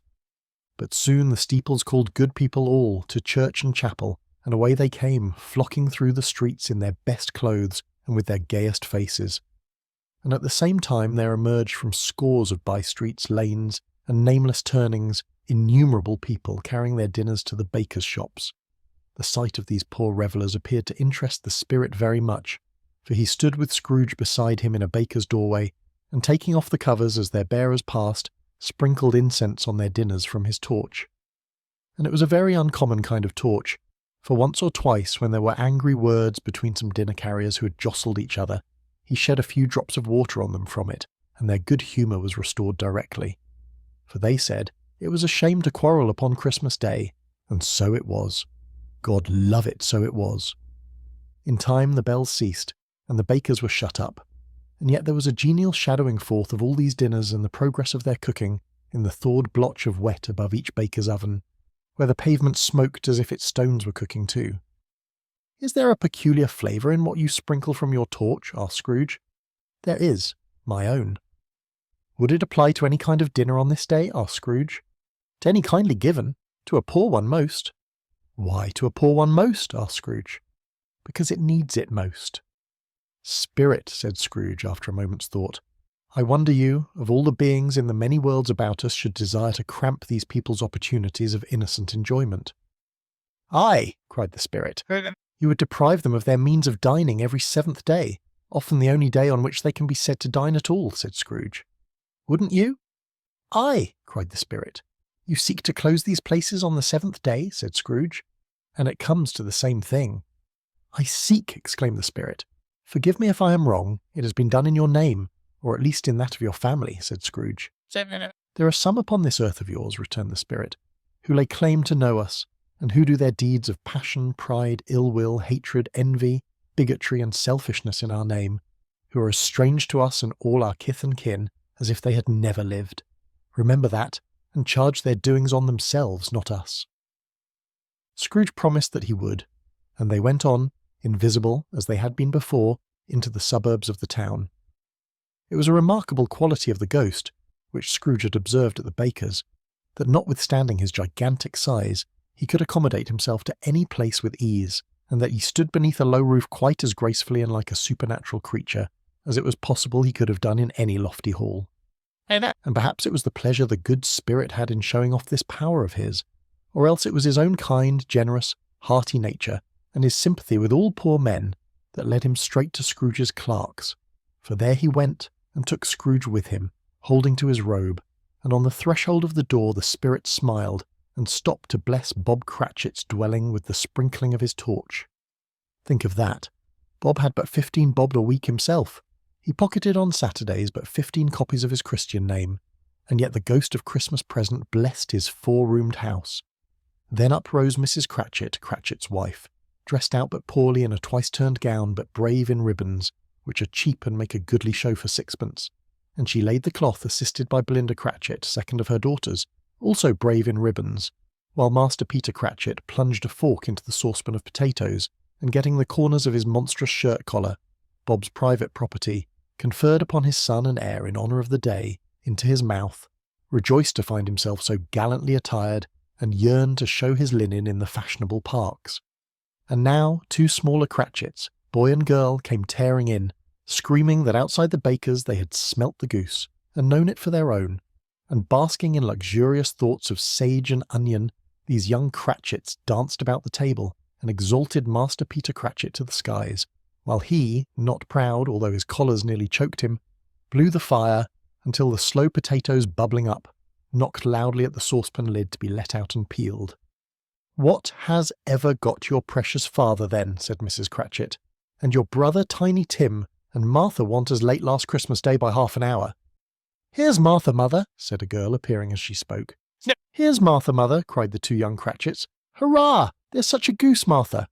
"Why, bless your heart alive, my dear, how late you are," said Mrs. Cratchit, kissing her a dozen times and taking off her shawl and bonnet for her with officious zeal. "We'd a deal of work to finish up last night," replied the girl, "and had to clear away this morning, mother." "Well, never mind so long as you're come," said Mrs. Cratchit.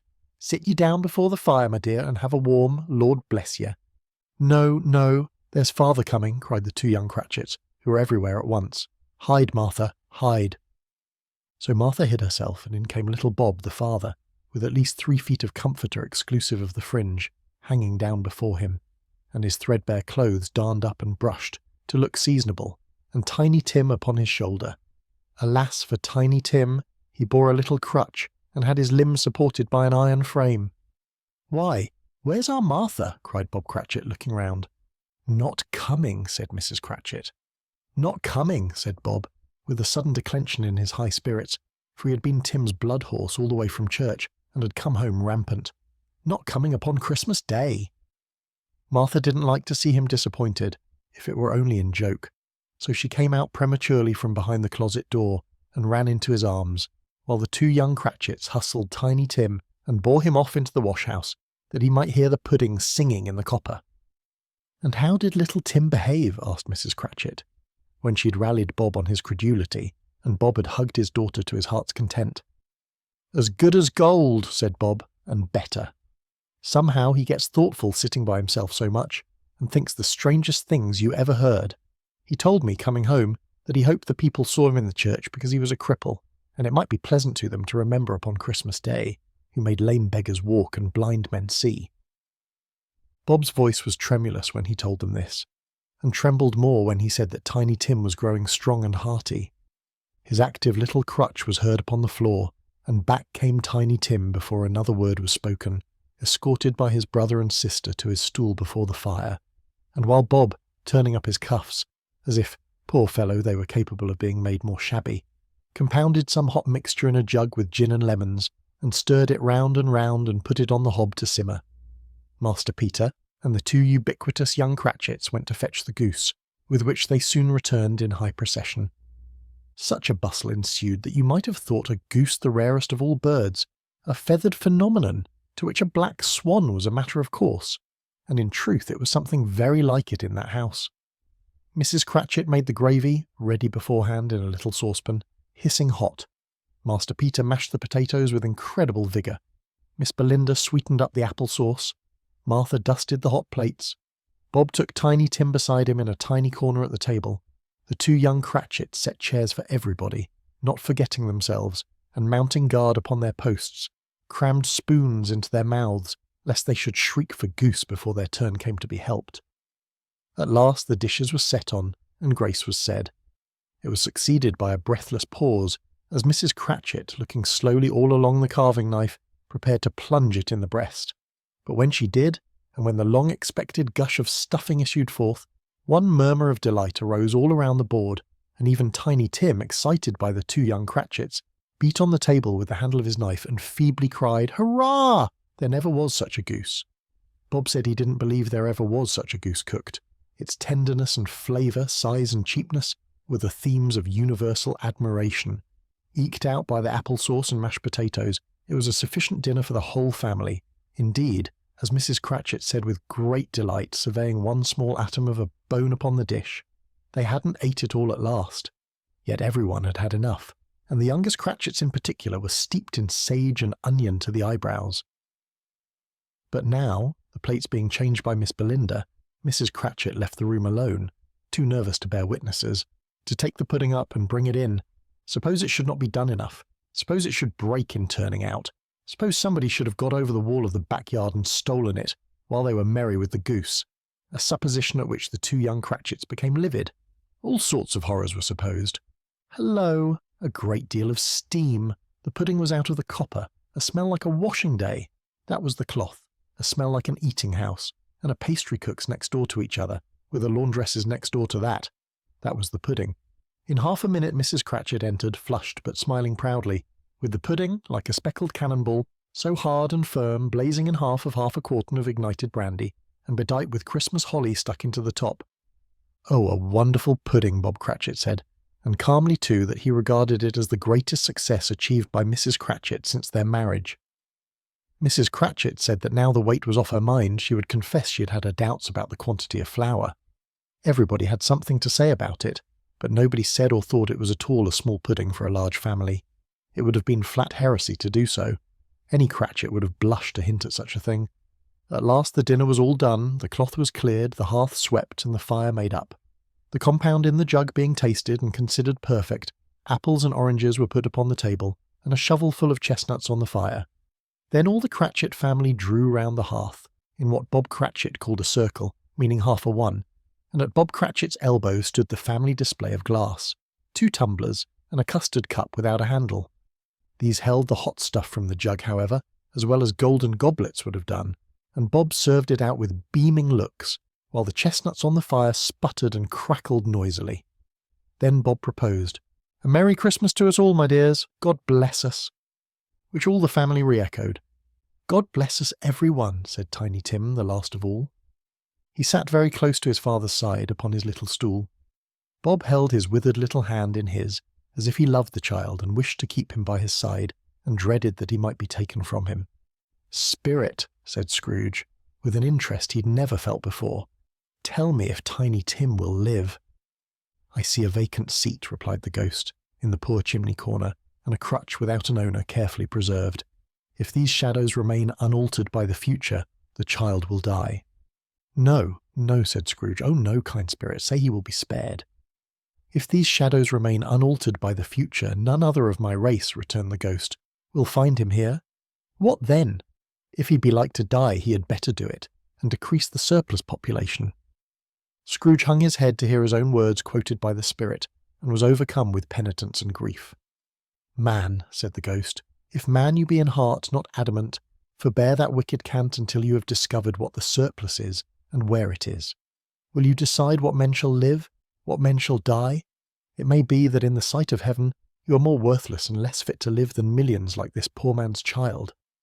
Oh God, to hear the insect on the leaf pronouncing on the too much life among his hungry brothers in the dust." Scrooge bent before the ghost's rebuke and trembling cast his eyes upon the ground. But he raised them speedily, on hearing his own name. "Mr. Scrooge," said Bob, "I'll give you Mr. Scrooge, the founder of the feast." "The founder of the feast indeed," cried Mrs. Cratchit, reddening. "I wish I had him here. I'd give him a piece of my mind to feast upon, and I hope he'd have a good appetite for it." "My dear," said Bob the children, "Christmas Day." "It should be Christmas Day, I'm sure," said she. on which one drinks the health of such an odious, stingy, hard, unfeeling man as Mr. Scrooge. You know he is, Robert. Nobody knows it better than you do, poor fellow. My dear, was Bob's mild answer, Christmas Day. No. I'll drink his health for your sake and the day's, said Mrs. Cratchit, not for his. Long life to him, a Merry Christmas and a Happy New Year. He'll be very merry and very happy, I have no doubt. The children drank the toast after her. It was the first of their proceedings which had no heartiness in it. Tiny Tim drank it last of all, but he didn't care twopence for it. Scrooge was the ogre of the family. The mention of his name cast a dark shadow on the party, which was not dispelled for full 5 minutes. After it had passed away, they were 10 times merrier than before, from the mere relief of Scrooge the Baleful being done with. Bob Cratchit told them how he had a situation in his eye for Master Peter, which would bring in, if obtained, full 5 and 6pence weekly.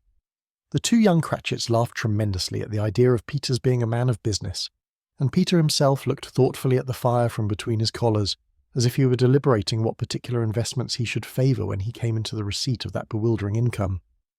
Martha, who was a poor apprentice at a milliner's, then told them what kind of work she had to do, and how many hours she worked at a stretch, and how she meant to lie abed tomorrow morning for a good long rest. Tomorrow being a holiday she passed at home. Also, how she'd seen a countess and a lord some days before, and how the lord was much about as tall as Peter, at which Peter pulled up his collars so high that you couldn't have seen his head if you had been there. All this time the chestnuts and the jug went round, and by they had a song, about a lost child travelling in the snow, from Tiny Tim, who had a plaintive little voice, and sang it very well indeed. There was nothing of high mark in this. They were not a handsome family. They were not well dressed. Their shoes were far from being waterproof. Their clothes were scanty, and Peter might have known, and very likely did, the inside of a pawnbroker's. But they were happy, grateful, pleased with one another, and contented with the time, and when they faded, and looked happier yet in the bright sprinklings of the spirit's torch at parting, Scrooge had his eye upon them, and especially on Tiny Tim, until the last. By this time it was getting dark and snowing pretty heavily, and as Scrooge and the spirit went along the streets, the brightness of the roaring fires in kitchens, parlours, and all sorts of rooms was wonderful. Here, the flickering of the blaze showed preparations for a cosy dinner, with hot plates baking through and through before the fire, and deep red curtains ready to be drawn to shut out cold and darkness. There, all the children of the house were running out into the snow to meet their married sisters, brothers, cousins, uncles, aunts, and be the first to greet them. Here, again, were shadows on the window blind of guests assembling, and there a group of handsome girls, all hooded and fur-booted, and all chattering at once, tripped lightly off to some near neighbour's house, where, woe upon the single man who saw them enter.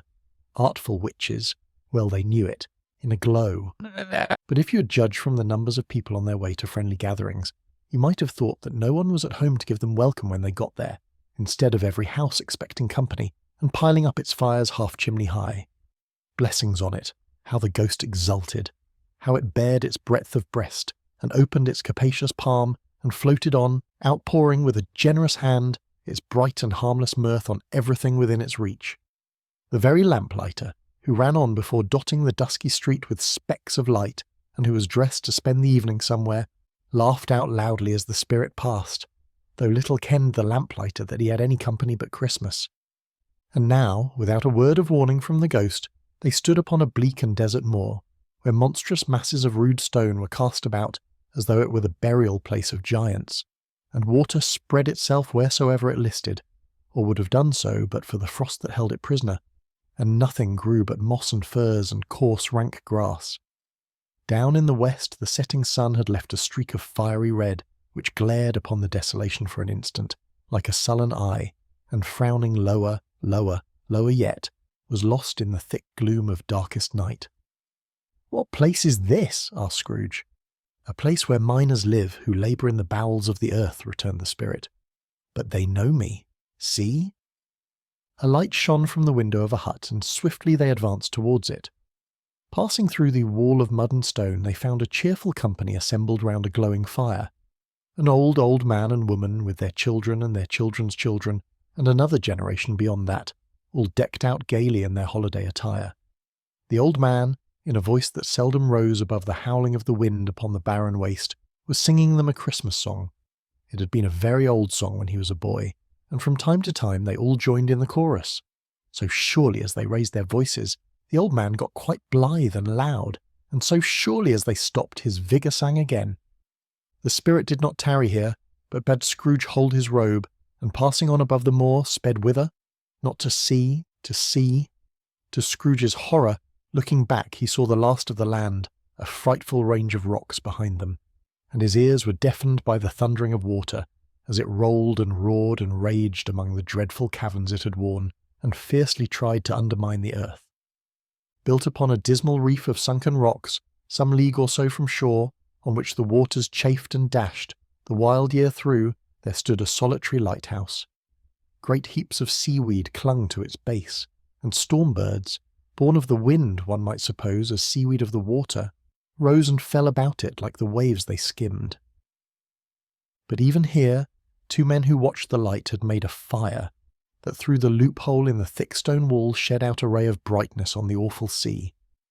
Joining their horny hands over the rough table at which they sat, they wished each other Merry Christmas in their can of grog, and one of them, the elder two, with his face all damaged and scarred with hard weather, as the figurehead of an old ship might be, struck up a sturdy song that was like a gale in itself.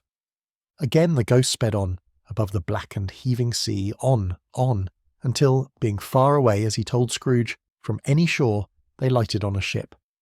They stood beside the helmsman at the wheel, the lookout in the bow, the officers who had the watch, dark, ghostly figures in their several stations, but every man among them hummed a Christmas tune, or had a Christmas thought, or spoke below his breath to his companion of some bygone Christmas day with homeward hopes belonging to it.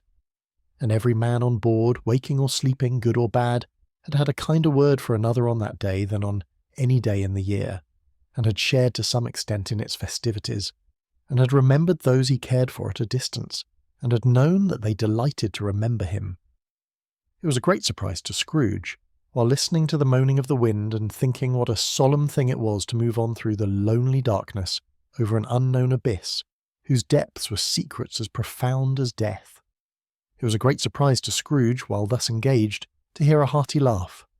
It was a much greater surprise to Scrooge to recognise it as his own nephew's, and to find himself in a bright, dry, gleaming room, with the spirit standing smiling by his side, and looking at that same nephew with approving affability. "Ha ha!" laughed Scrooge's nephew. "Ha ha ha!"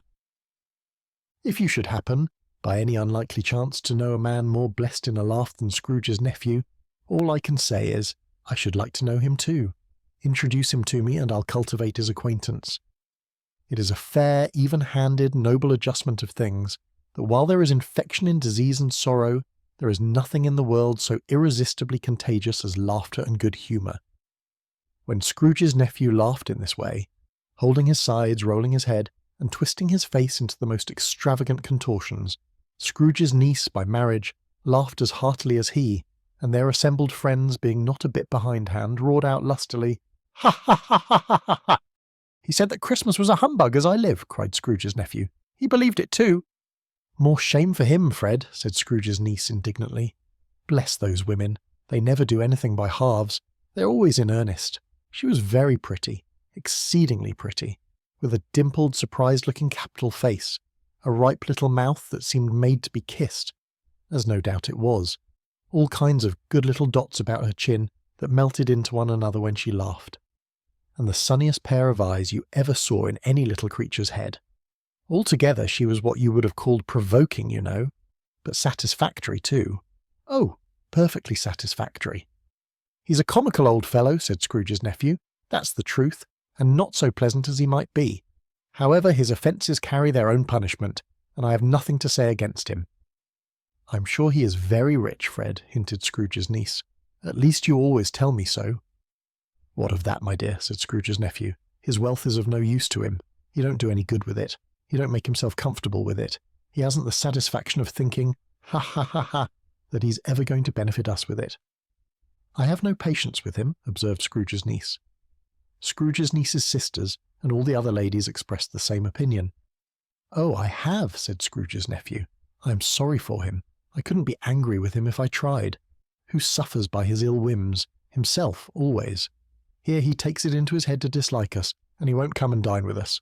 What's the consequence? He don't lose much of a dinner." "Indeed, I think he loses a very good dinner," interrupted Scrooge's niece. Everybody else said the same, and they must be allowed to have been competent judges, because they had just had dinner, and with the dessert upon the table were clustered round the fire by lamplight. "Well, I'm very glad to hear it," said Scrooge's nephew, "because I haven't great faith in these young housekeepers. What do you say, Topper?"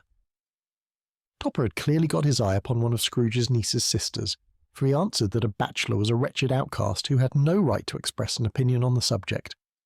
Whereat Scrooge's niece's sister, the plump one with the lace tucker, not the one with the roses, blushed. "Do go on, Fred," said Scrooge's niece, clapping her hands. "He never finishes what he begins to say. He is such a ridiculous fellow." Scrooge's nephew revelled in another laugh, and as it was impossible to keep the infection off, though the plump sister tried hard to do it with aromatic vinegar, his example was unanimously followed. "I was going to say," said Scrooge's nephew, "that the consequence of his taking a dislike to us, and not making merry with us, is, as I think, that he loses some pleasant moments, which could do him no harm. I'm sure he loses pleasanter companions than he can find in his own thoughts, either in his mouldy old office or his dusty chambers. I mean to give him the same chance every year, whether he likes it or not, for I pity him. He may rail at Christmas till he dies, but he can't help thinking better of it. I defy him, if he finds me going there, in good temper, year after year, and saying, 'Uncle Scrooge, how are you?' If it only puts him in the vein to leave his poor clerk £50, that's something, and I think I shook him yesterday." It was their turn to laugh now, at the notion of his shaking Scrooge, but being thoroughly good-natured and not much caring what they laughed at, so that they laughed at any rate, he encouraged them in their merriment and passed the bottle joyously. After tea they had some music, for they were a musical family, and knew what they were about when they sung a glee or catch, I can assure you, especially Topper, who could growl away in the bass like a good one, and never swell the large veins in his forehead, or get red in the face over it. Scrooge's niece played well upon the harp, and played among other tunes a simple little air, a mere nothing, you might learn to whistle it in 2 minutes, which had been familiar to the child who fetched Scrooge from the boarding school, as he had been reminded by the ghost of Christmas past. When this strain of music sounded, all the things that Ghost had shown him came upon his mind. He softened more and more, and thought that if he could have listened to it often, years ago, he might have cultivated the kindnesses of life for his own happiness with his own hands, without resorting to the sexton's spade that buried Jacob Marley. But they didn't devote the whole evening to music. After a while they played at forfeits, for it is good to be children sometimes, and never better than at Christmas, when its mighty founder was a child himself. Stop! There was first a game at blind man's buff. Of course there was, and I no more believe Topper was really blind than I believe he had eyes in his boots. My opinion is that it was a done thing between him and Scrooge's nephew, and that the ghost of Christmas present knew it. The way he went after that plump sister in the lace tucker was an outrage on the credulity of human nature. Knocking down the fire irons, tumbling over the chairs, bumping against the piano, smothering himself among the curtains, wherever she went, there went he. He always knew where the plump sister was. He wouldn't catch anybody else. If you'd fallen up against him, as some of them did, and stood there, he would have made a feint of endeavouring to seize you, which would have been an affront to your understanding, and would instantly have sidled off in the direction of the plump sister. She often cried out that it wasn't fair, and it really was not. But when at last he caught her, when in spite of all her silken rustlings and her rapid flutterings past him, he got her into a corner whence there was no escape, then his conduct was the most execrable. For his pretending not to know her, his pretending that it was necessary to touch her headdress, and further to assure himself of her identity by pressing a certain ring upon her finger and a certain chain about her neck, was vile, monstrous. No doubt she told him her opinion of it when, another blind man being in office, they were so very confidential together, behind the curtains. Scrooge's niece was not one of the blind man's buff party, but was made comfortable with a large chair and a footstool, in a snug corner where the ghost and Scrooge were close behind her. But she joined in the forfeits, and loved her love to admiration with all the letters of the alphabet.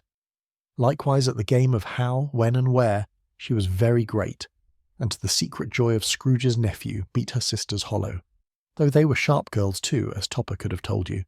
There might have been 20 people there, young and old, but they all played, and so did Scrooge. for wholly forgetting in the interest he had in what was going on, that his voice made no sound in their ears. He sometimes came out with his guess quite loud, and very often guessed quite right too, for the sharpest needle, best Whitechapel, warranted not to cut in the eye, was not sharper than Scrooge, blunt as he took it in his head to be. The ghost was greatly pleased to find him in this mood, and looked upon him with such favour that he begged like a boy to be allowed to stay until the guest departed. But this the spirit said could not be done. "Here's a new game," said Scrooge. "1/2 hour, spirit, only one." It was a game called Yes and No, where Scrooge's nephew had to think of something, and the rest must find out what, he only answering to their questions yes or no as the case was. The brisk fire of questioning to which he was exposed elicited from him that he was thinking of an animal, a live animal, rather a disagreeable animal, a savage animal, an animal that growled and grunted sometimes, and talked sometimes, and lived in London, and walked about the streets, and wasn't made a show of, and wasn't led by anybody, and didn't live in a menagerie, and was never killed in a market, and was not a horse or an ass or a cow or a bull or a tiger or a dog or a pig or a cat or a bear. At every fresh question that was put to him, this nephew burst into a fresh roar of laughter, and was so inexpressibly tickled that he was obliged to get up off the sofa and stamp. At last the plump sister, falling into a similar state, cried out, "I have found it out! I know what it is, Fred, I know what it is." "What is it?" cried Freddie. "It's your Uncle Scrooge." Which it certainly was. Admiration was the universal sentiment, though some objected that the reply to "Is it a bear?" ought to have been yes, inasmuch as an answer in the negative was sufficient to have diverted their thoughts from Mr. Scrooge, supposing they had ever had any tendency that way. "He's given us plenty of merriment, I'm sure," said Fred, "and it would be ungrateful not to drink his health. Here is a glass of mulled wine ready to our hand at the moment, and I say Uncle Scrooge." "Well, Uncle Scrooge!" they cried. "A Merry Christmas and a Happy New Year to the old man, whatever he is," said Scrooge's nephew. "He wouldn't take it from me, but may he have it nevertheless. Uncle Scrooge!" Uncle Scrooge had imperceptibly become so gay and light of heart that he would have pledged the unconscious company in return, and thanked them in an inaudible speech, if the ghost had given him time. But the whole scene passed off in the breath of the last words spoken by his nephew, and he and the spirit were again upon their travels. Much they saw, and far they went, and many homes they visited, but always with a happy end. The spirit stood beside sick beds, and they were cheerful, on foreign lands, and they were close at home, by struggling men, and they were patient in their greater hope, by poverty, and it was rich. In almshouse, hospital and jail, in misery's every refuge, where vain man in his little brief authority had not made fast the door and barred the spirit out, he left his blessing and taught Scrooge his precepts. It was a long night if it were only a night, but Scrooge had his doubts of this, because the Christmas holidays appeared to be condensed into the space of time they passed together. It was strange, too, that while Scrooge remained unaltered in his outward form, the ghost grew older, clearly older. Scrooge had observed this change, but never spoke of it, until they left a children's 12th night party, when, looking at the spirit as they stood together in an open place, he noticed that its hair was grey. "Are spirits' lives so short?" asked Scrooge. "My life upon this globe is very brief," replied the ghost. "It ends tonight." "Tonight!" cried Scrooge. "Tonight at midnight! Hark! The time is drawing near." The chimes were ringing the 11:15 at that moment. "Forgive me if I am not justified in what I ask," said Scrooge, looking intently at the spirit's robe, "but I see something strange, and not belonging to yourself, protruding from your skirts. Is it a foot or a claw?" "It might be a claw, for the flesh there is upon it," was the spirit's sorrowful reply. "Look here." From the foldings of its robe it brought 2 children, wretched, abject, frightful, hideous, miserable. They knelt down at its feet and clung upon the outside of its garment. "Oh, man! Look here! Look, down here!" exclaimed the ghost. They were a boy and girl, yellow, meagre, ragged, scowling, wolfish, but prostrate too in their humility, where graceful youth should have filled their features out and touched them with its freshest tints. A stale and shriveled hand like that of age had pinched and twisted them and pulled them into shreds. Where angels might have sat enthroned, devils lurked and glared out menacing. No change, no degradation, no perversion of humanity in any grade, through all the mysteries of wonderful creation, has monsters half so horrible and dread. Scrooge started back appalled. Having them shown to him in this way, he tried to say they were fine children, but the words choked themselves rather than be parties to a lie of such enormous magnitude. "Spirit, are they yours?" Scrooge could say no more. "They are man's," said the spirit, looking down upon them, "and they cling to me, appealing from their fathers. This boy is ignorance. This girl is want. Beware them both and all of their degree, but most of all beware this boy, for on his brow I see that written which is doom, unless the writing be erased. Deny it," cried the spirit, stretching out its hand towards the city. "Slander those who tell it ye, admit it for your factious purposes, and make it worse, and bide the end." "Have they no refuge or resource?" cried Scrooge. "Are there no prisons?" said the spirit, turning on him for the last time with his own words. "Are there no workhouses?" The bell struck 12. Scrooge looked about him for the ghost and saw it not. As the last stroke ceased to vibrate, he remembered the prediction of old Jacob Marley, and lifting up his eyes beheld a solemn phantom, draped and hooded, coming like a mist along the ground towards him. Chapter 4. The Last of the Spirits. The phantom slowly, gravely, silently approached. When it came near him, Scrooge bent down upon his knee, for in the very air through which this spirit moved it seemed to scatter gloom and mystery. It was shrouded in a deep black garment, which concealed its head, its face, its form, and left nothing of it visible save one outstretched hand. But for this it would have been difficult to detach its figure from the night, and separate it from the darkness by which it was surrounded. He felt that it was tall and stately when it came beside him, and that its mysterious presence filled him with a solemn dread. He knew no more, for the spirit neither spoke nor moved. "I am in the presence of the ghost of Christmas yet to come," said Scrooge. The spirit answered not, but pointed onward with its hand.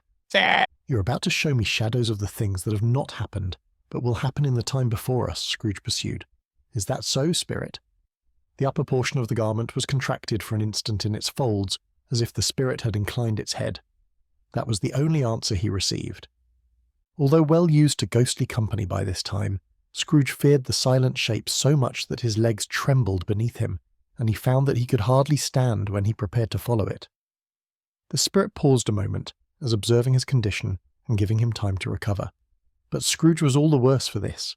It thrilled him with a vague, uncertain horror to know that behind the dusky shroud there were ghostly eyes intently fixed upon him, while he, though he stretched his own to the utmost, could see nothing but a spectral hand and one great heap of black. "Ghost of the future," he exclaimed, "I fear you more than any spectre I have seen.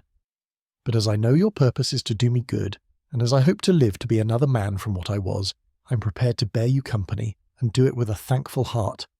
Will you not speak to me?" It gave him no reply. The hand was pointed straight before them. "Lead on," said Scrooge. "Lead on. The night is waning fast, and it is precious time to me, I know.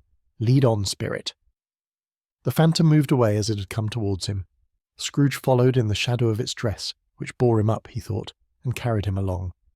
They scarcely seemed to enter the city, for the city rather seemed to spring up about them and encompass them of its own act. But there they were, in the heart of it, on 'change amongst the merchants, who hurried up and down, and chinked the money in their pockets, and conversed in groups, and looked at their watches, and trifled thoughtfully with their great gold seals, and so forth, as Scrooge had seen them often. The spirit stopped beside one little knot of businessmen. Observing that the hand was pointed to them, Scrooge advanced to listen to their talk. "No," said a great fat man with a monstrous chin. "I don't know much about it either way. I only know he's dead." "When did he die?" inquired another. "Last night, I believe." "Why, what was the matter with him?" asked a third, taking a vast quantity of snuff out of a very large snuff-box. "I thought he'd never die." "God knows," said the first with a yawn.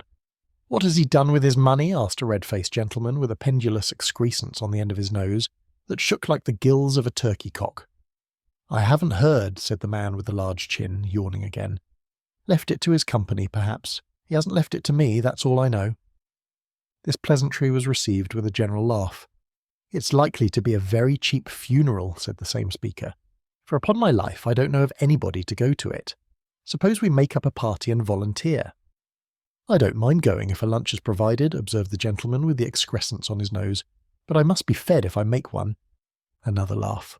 "Well, I'm the most disinterested among you after all," said the first speaker, for I never wear black gloves and I never eat lunch. But I'll offer to go if anybody else will. When I come to think of it, I'm not at all sure that I wasn't his most particular friend, for we used to stop and speak whenever we met. Bye-bye." Speakers and listeners strolled away and mixed with other groups. Scrooge knew the men and looked towards the spirit for an explanation. The phantom glided on into a street. Its finger pointed to two persons meeting. Scrooge listened again, thinking that the explanation might lie here. He knew these men also, perfectly. They were men of business, very wealthy and of great importance. He had made a point always of standing well in their esteem, in a business point of view, that is, strictly in a business point of view. "How are you?" said one. "How are you?" returned the other. "Well," said the first, "Old Scratcher's got his own at last, hey?" "So I am told," returned the second. "Cold, isn't it? Seasonable for Christmas time? You're not a skater, I suppose?" No, something else to think of. Good morning." Not another word. That was their meeting, their conversation, and their parting. Scrooge was at first inclined to be surprised that the spirit should attach importance to conversations apparently so trivial. But feeling assured that they must have some hidden purpose, he set himself to consider what it was likely to be. They could scarcely be supposed to have any bearing on the death of Jacob, his old partner, for that was past, and this ghost province was the future. Nor could he think of anyone immediately connected with himself, to whom he could apply them.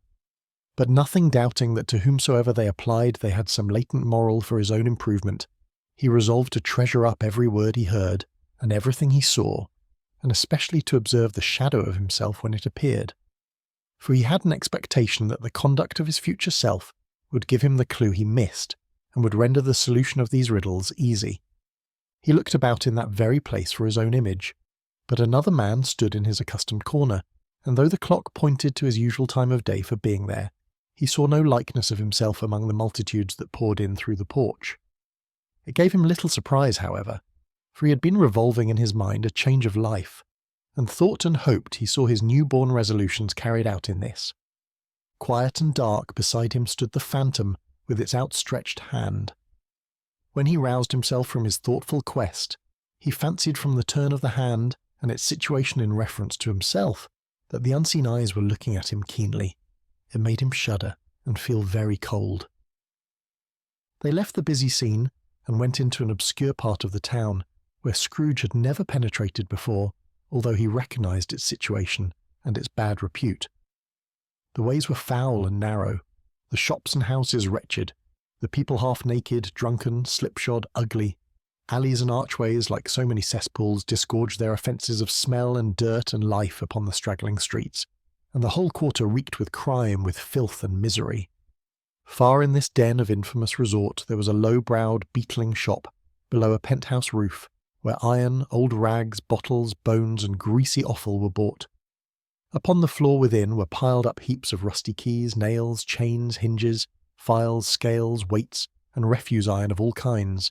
Secrets that few would like to scrutinize were bred and hidden in mountains of unseemly rags, masses of corrupted fat and sepulchres of bones. Sitting in among the wares he dealt in, by a charcoal stove made of old bricks, was a grey-haired rascal nearly 70 years of age, who had screened himself from the cold air without by a frowsy curtaining of miscellaneous tatters hung upon a line, and smoked his pipe in all the luxury of calm retirement. Scrooge and the phantom came into the presence of this man, just as a woman with a heavy bundle slunk into the shop. But she had scarcely entered when another woman, similarly laden, came in too, and she was closely followed by a man in faded black, who was no less startled by the sight of them than they had been upon the recognition of each other. After a short period of blank astonishment, in which the old man with the pipe had joined them, they all three burst into a laugh. "Let the charwoman alone to be the first," cried she who had entered first. "Let the laundress alone to be the second, and let the undertaker's man alone to be the third. Look here, old Joe, here's a chance, if we haven't all three met here without meaning it." "You couldn't have met in a better place," said old Joe, removing his pipe from his mouth. "Come into the parlour. You were made free of it long ago, you know, and the other two aren't strangers. Stop till I shut the door of the shop. Ah, how it squeaks! There ain't such a rusty bit of metal in the place as its own hinges, I believe, and I'm sure there's no such old bones here as mine. Ha! Ha! We're all suitable to our calling. We're well matched. Come into the parlour. Come into the parlour." The parlour was the space behind the screen of rags. The old man raked the fire together with an old stair-rod, and having trimmed his smoky lamp, for it was night, with the stem of his pipe put it in his mouth again. While he did this, the woman who had already spoken threw her bundle on the floor and sat down in a flaunting manner on a stool, crossing her elbows on her knees and looking with a bold defiance at the other two. "What odds then? What odds, Mrs. Dilber?" said the woman.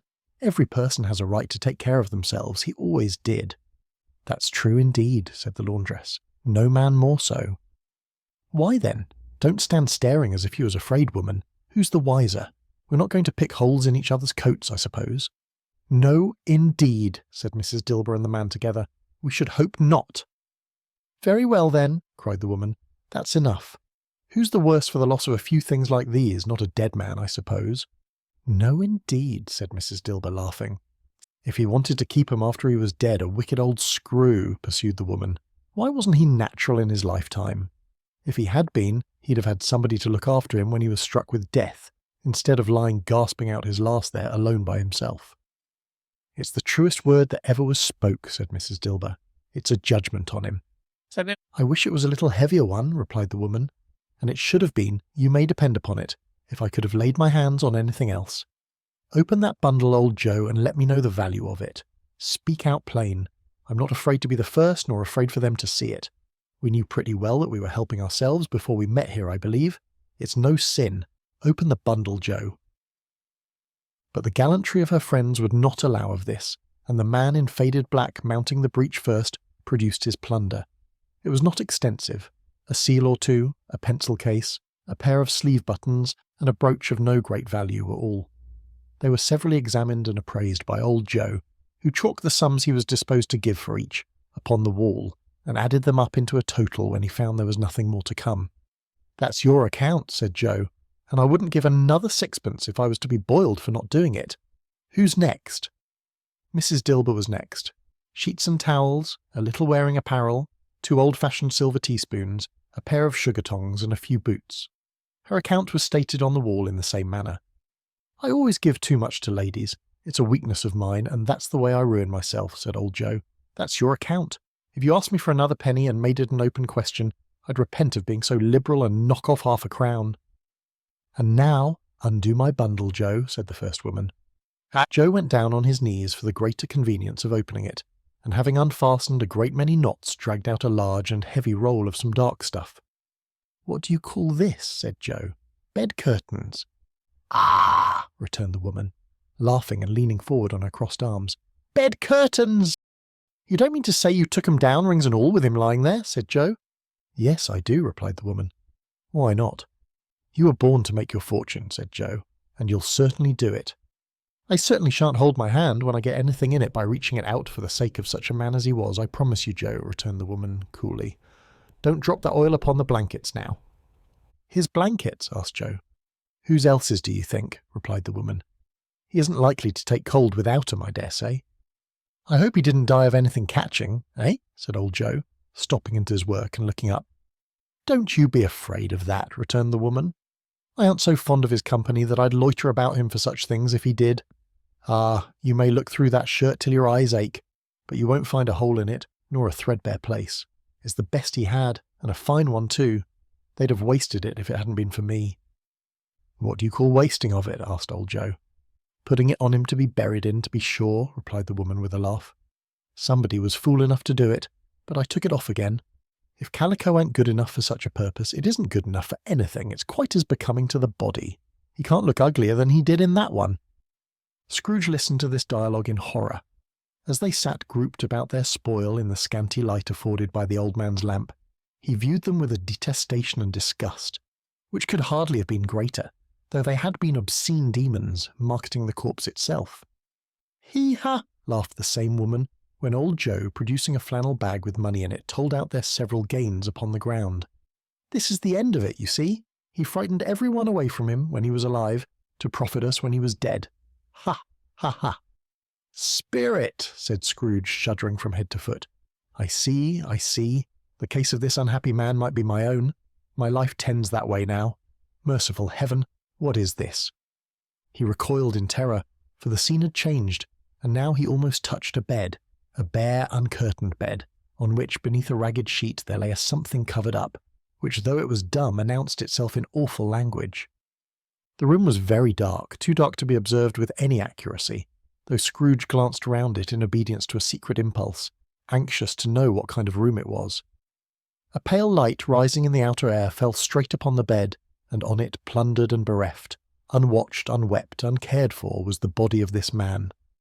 Scrooge glanced towards the phantom. Its steady hand was pointed to the head. The cover was so carelessly adjusted that the slightest raising of it, the motion of a finger upon Scrooge's part, would have disclosed the face. He thought of it, felt how easy it would be to do, and longed to do it, but had no more power to withdraw the veil than to dismiss the spectre at his side. O cold, cold, rigid, dreadful death, set up thine altar here, and dress it with such terrors as thou hast at thy command, for this is thy dominion. But of the loved, revered, and honoured head, thou canst not turn one hair to thy dread purposes, or make one feature odious. It is not that the hand is heavy and will fall down when released. It is not that the heart and pulse are still, but that the hand was open, generous and true, the heart brave, warm and tender, and the pulse a man's. Strike, shadow, strike, and see his good deeds springing from the wound to sow the world with life immortal. No voice pronounced these words in Scrooge's ears, and yet he heard them when he looked upon the bed. He thought, if this man could be raised up now, what would be his foremost thoughts? Avarice, hard-dealing, griping cares? They have brought him to a rich end truly. He lay in the dark empty house with not a man, a woman, or a child, to say that he was kind to me in this or that, and for the memory of one kind word I will be kind to him. A cat was tearing at the door, and there was a sound of gnawing rats beneath the hearthstone. What they wanted in the room of death, and why they were so restless and disturbed, Scrooge did not dare to think. "Spirit," he said, "this is a fearful place. In leaving it I shall not leave its lesson, trust me. Let us go." Still the ghost pointed with an unmoved finger to the head. "I understand you," Scrooge returned, "and I would do it if I could. But I have not the power, Spirit. I have not the power." Again it seemed to look upon him. "If there is any person in the town who feels emotion caused by this man's death," said Scrooge, quite agonized, "show that person to me, Spirit, I beseech you." The phantom spread its dark robe before him for a moment, like a wing, and withdrawing it revealed a room by daylight, where a mother and her children were. She was expecting someone, and with anxious eagerness, for she walked up and down the room, started at every sound, looked out from the window, glanced at the clock, tried, but in vain, to work with her needle, and could hardly bear the voices of the children in their play. At length the long-expected knock was heard. She hurried to the door and met her husband, a man whose face was careworn and depressed, though he was young. There was a remarkable expression in it now, a kind of serious delight of which he felt ashamed and which he struggled to repress. He sat down to the dinner that had been hoarding for him by the fire, and when she asked him faintly what news, which was not until after a long silence, he appeared embarrassed how to answer. "Is it good," she said, "or bad?" "To help him." "Bad," he answered. "We are quite ruined." "No, there is hope yet, Caroline." "If he relents," she said, amazed. "There is. Nothing is past hope if such a miracle has happened." "He is past relenting," said her husband. "He is dead." She was a mild and patient creature if her face spoke truth, but she was thankful in her soul to hear it, and she said so with clasped hands. She prayed forgiveness the next moment, and was sorry, but the first was the emotion of her heart. "What the half-drunken woman whom I told you of last night said to me when I tried to see him and obtain a week's delay, and what I thought was a mere excuse to avoid me, turns out to have been quite true. He was not only very ill, but dying then. To whom will our debt be transferred? I don't know, but before that time we shall be ready with the money, and even though we were not, it would be bad fortune indeed to find so merciless a creditor in his successor. We may sleep tonight with light hearts, Caroline. Yes, soften it as they would, their hearts were lighter. The children's faces, hushed and clustered round, to hear what they so little understood, were brighter, and it was a happier house for this man's death. The only emotion that the ghost could show him, caused by the event, was one of pleasure. "Let me see some tenderness connected with a death," said Scrooge, "or that dark chamber spirit which we left just now will be for ever present to me." The ghost conducted him through several streets familiar to his feet, and as they went along, Scrooge looked here and there to find himself, but nowhere was he to be seen. They entered poor Bob Cratchit's house, the dwelling he had visited before, and found the mother and the children seated round the fire. Quiet, very quiet. The noisy little Cratchits were as still as statues in one corner, and sat looking up at Peter, who had a book before him. The mother and her daughters were engaged in sewing, but surely they were very quiet. And he took a child and set him in the midst of them. Where had Scrooge heard those words? He had not dreamed them. The boy must have read them out as he and the spirit crossed the threshold. Why did he not go on? The mother laid her work upon the table and put her hand up to her face. "The colour hurts my eyes," she said. "The colour? Ah, poor Tiny Tim." "They're better now again," said Cratchit's wife. "It makes them weak by candlelight, and I wouldn't show weak eyes to your father when he comes home for the world. It must be near his time." "Past it, rather," Peter answered, shutting up his book. "But I think he's walked a little slower than he used these few last evenings, mother." They were very quiet again. At last she said, and in a steady, cheerful voice that only faltered once, "I have known him walk with Tiny Tim upon his shoulder, very fast indeed." "And so have I," cried Peter, "often." "And so have I," exclaimed another. So had all. "But he was very light to carry," she resumed, intent upon her work, "and his father loved him so that it was no trouble. No trouble. And there is your father at the door." She hurried out to meet him, and little Bob in his comforter, he had need of it, poor fellow, came in. His tea was ready for him on the hob, and they all tried who should help him to it most. Then the two young Cratchits got upon his knees and laid each child a little cheek against his face, as if they said, "Don't mind it, father. Don't be grieved." Bob was very cheerful with them, and spoke pleasantly to all the family. He looked at the work upon the table, and praised the industry and speed of Mrs. Cratchit and the girls. They would be done long before Sunday, he said. "Sunday? You went today then, Robert?" said his wife. "Yes, my dear," returned Bob. "I wish you could have gone. It would have done you good to see how green a place it is. But you'll see it often. I promised him that I would walk there on a Sunday." "My little, little child," cried Bob. "My little child." He broke down all at once. He couldn't help it. If he could have helped it, he and his child would have been farther apart perhaps than they were. He left the room and went upstairs into the room above, which was lighted cheerfully and hung with Christmas. There was a chair set close beside the child, and there were signs of someone having been there lately. Poor Bob sat down in it, and when he had thought a little and composed himself, he kissed the little face. He was reconciled to what had happened, and went down again quite happy. They drew about the fire and talked, the girls and mother working still. Bob told them of the extraordinary kindness of Mr. Scrooge's nephew, whom he had scarcely seen but once, and who, meeting him in the street that day, and seeing that he looked just a little down, you know, said Bob, inquired what had happened to distress him. "On which," said Bob, "for he is the pleasantest spoken gentleman you ever heard," I told him. "I am heartily sorry for it, Mr. Cratchit," he said, "and heartily sorry for your good wife. By the by, how he ever knew that I don't know." "Knew what, my dear?" "Why, that you were a good wife," replied Bob. "Everybody knows that," said Peter. "Very well observed, my boy," cried Bob. "I hope they do." "Heartily sorry," he said, "for your good wife. If I can be of any service to you in any way," he said, giving me his card, "that's where I live. Pray come to me." "Now, it wasn't," cried Bob, "for the sake of anything he might be able to do for us so much as for his kind way, that this was quite delightful. It really seemed as if he'd known our Tiny Tim and felt with us." "I'm sure he's a good soul," said Mrs. Cratchit.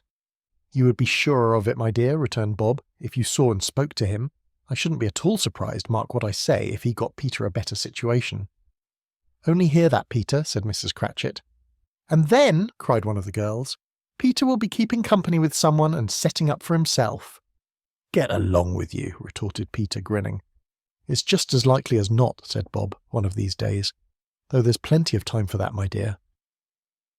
But however, and whenever we part from one another, I am sure we shall none of us forget poor Tiny Tim, shall we? Or this first parting that there was among us?" "Never, father," cried they all. "And I know," said Bob, "I know, my dears, that when we recollect how patient and how mild he was, although he was a little child, we shall not quarrel easily among ourselves, and forget poor Tiny Tim in doing it." "No, never, father," they all cried again. "I am very happy," said little Bob. "I am very happy." Mrs. Cratchit kissed him, his daughters kissed him, the two young Cratchits kissed him, and Peter and himself shook hands. "Spirit of Tiny Tim, thy childish essence was from God." "Spectre," said Scrooge, "something informs me that our parting moment is at hand. I know it, but I know not how. Tell me what man that was whom we saw lying dead." The ghost of Christmas yet to come conveyed him, as before, though at a different time, he thought.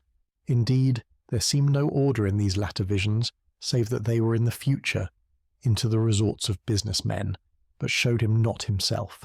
Indeed, the spirit did not stay for anything, but went straight on, as to the end just now desired, until besought by Scrooge to tarry for a moment. "This court," said Scrooge, "through which we hurry now, is where my place of occupation is, and has been for a length of time. I see the house. Let me behold what I shall be in days to come." The spirit stopped. The hand was pointed elsewhere. "The house is yonder," Scrooge exclaimed. "Why do you point away?" The inexorable finger underwent no change. Scrooge hastened to the window of his office and looked in.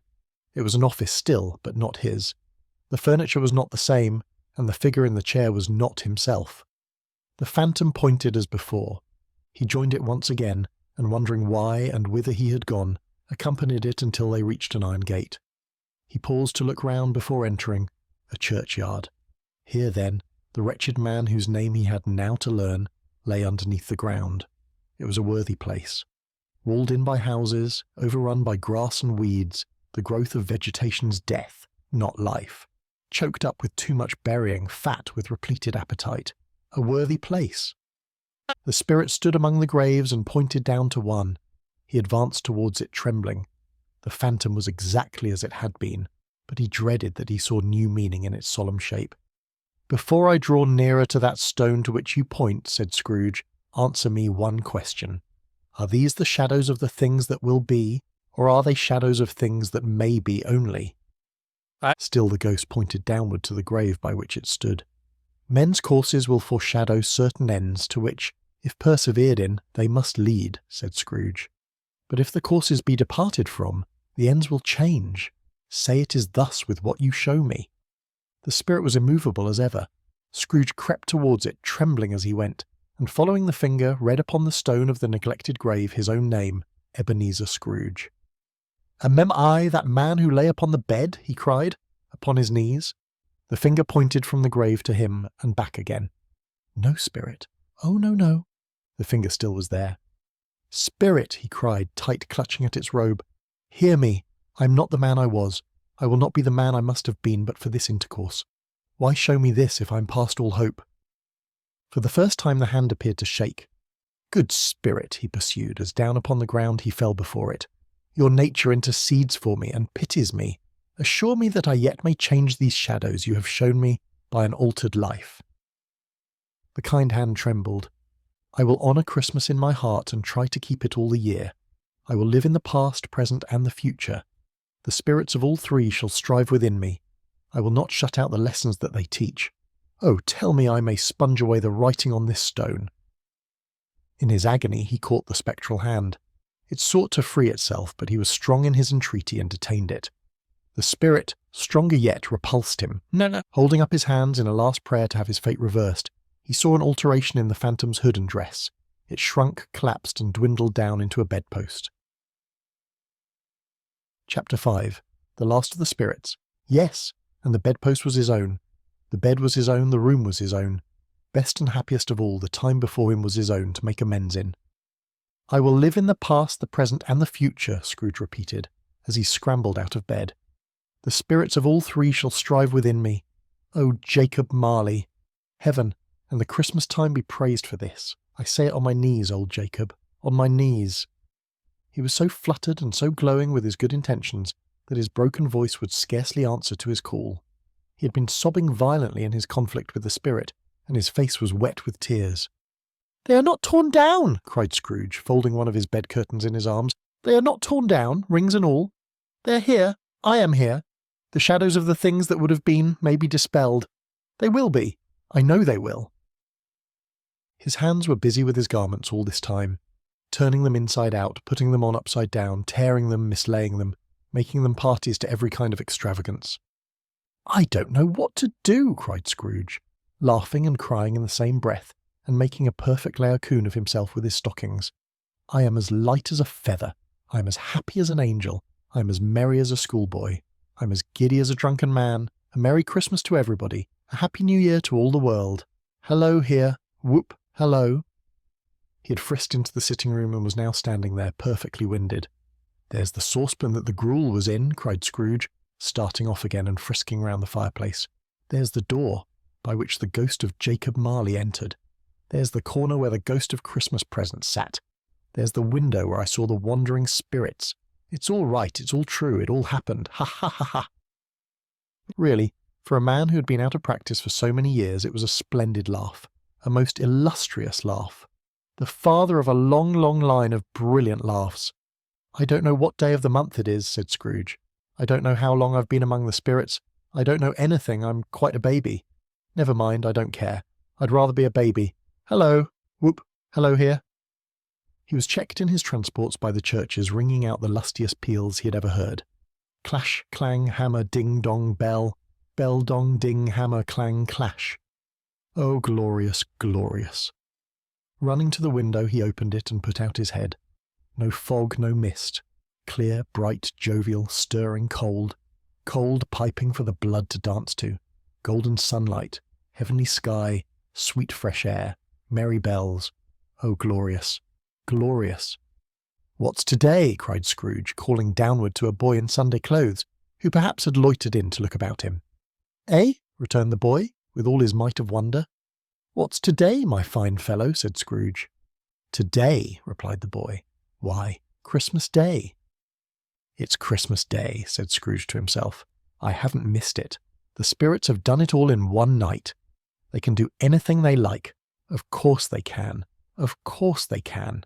Hello, my fine fellow." "Hello," returned the boy. "Do you know the poulterers in the next street but one at the corner?" Scrooge inquired. "I should hope I did," replied the lad. "An intelligent boy," said Scrooge. "A remarkable boy. Do you know whether they've sold the prize turkey that was hanging up there? Not the little prize turkey, the big one." "What, the one as big as me?" returned the boy. "What a delightful boy," said Scrooge. "It's a pleasure to talk to him. Yes, my buck." "It's hanging there now," replied the boy. "Is it?" said Scrooge. "Go and buy it." "Walker!" exclaimed the boy. "No, no," said Scrooge. "I am in earnest. Go and buy it, and tell them to bring it here, that I may give them the direction where to take it. Come back with the man, and I'll give you a shilling. Come back with him in less than 5 minutes, and I'll give you half a crown." The boy was off like a shot. He must have had a steady hand at a trigger who could have got a shot off half so fast. "I'll send it to Bob Cratchit's," whispered Scrooge, rubbing his hands and splitting with a laugh. "He shan't know who sends it. It's twice the size of Tiny Tim. Joe Miller never made such a joke as sending it to Bob's Wilby." The hand in which he wrote the address was not a steady one, but write it he did somehow, and went downstairs to open the street door, ready for the coming of the poulterer's man. As he stood there, waiting his arrival, the knocker caught his eye. "I shall love it, as long as I live," cried Scrooge, patting it with his hand. "I scarcely ever looked at it before. What an honest expression it has in its face.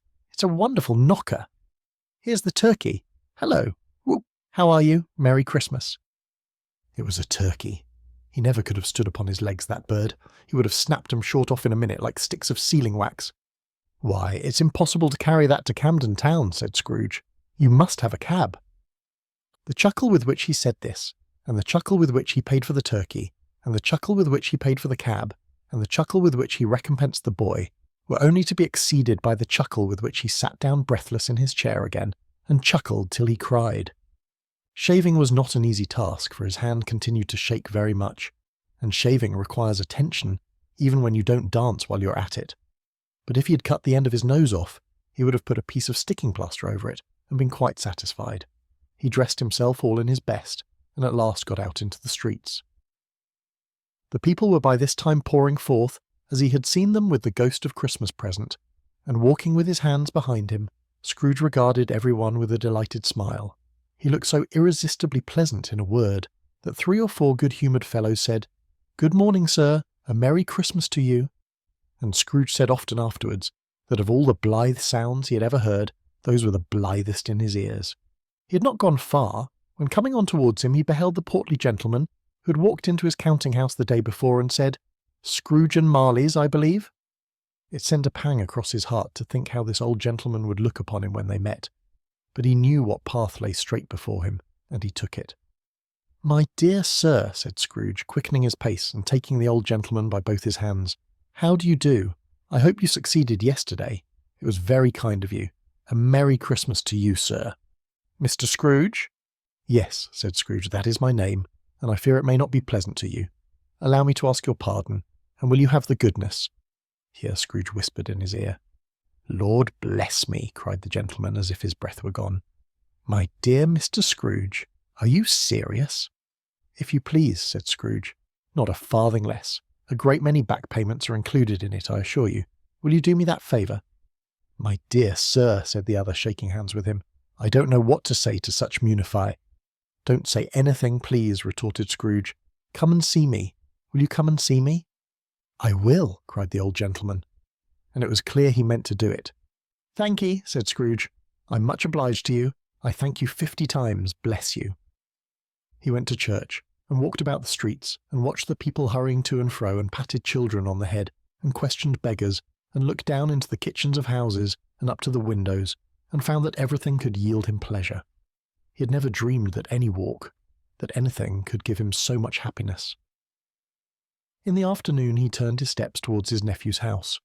He passed the door a dozen times before he had the courage to go up and knock, but he made a dash and did it. "Is your master at home, my dear?" said Scrooge to the girl. "Nice girl, very." "Yes, sir." "Where is he, my love?" said Scrooge. "He's in the dining-room, sir, along with mistress. I'll show you upstairs, if you please." "Thank'ee. He knows me," said Scrooge with his hand already on the dining-room lock. "I'll go in here, my dear." He turned it gently and sidled his face in round the door.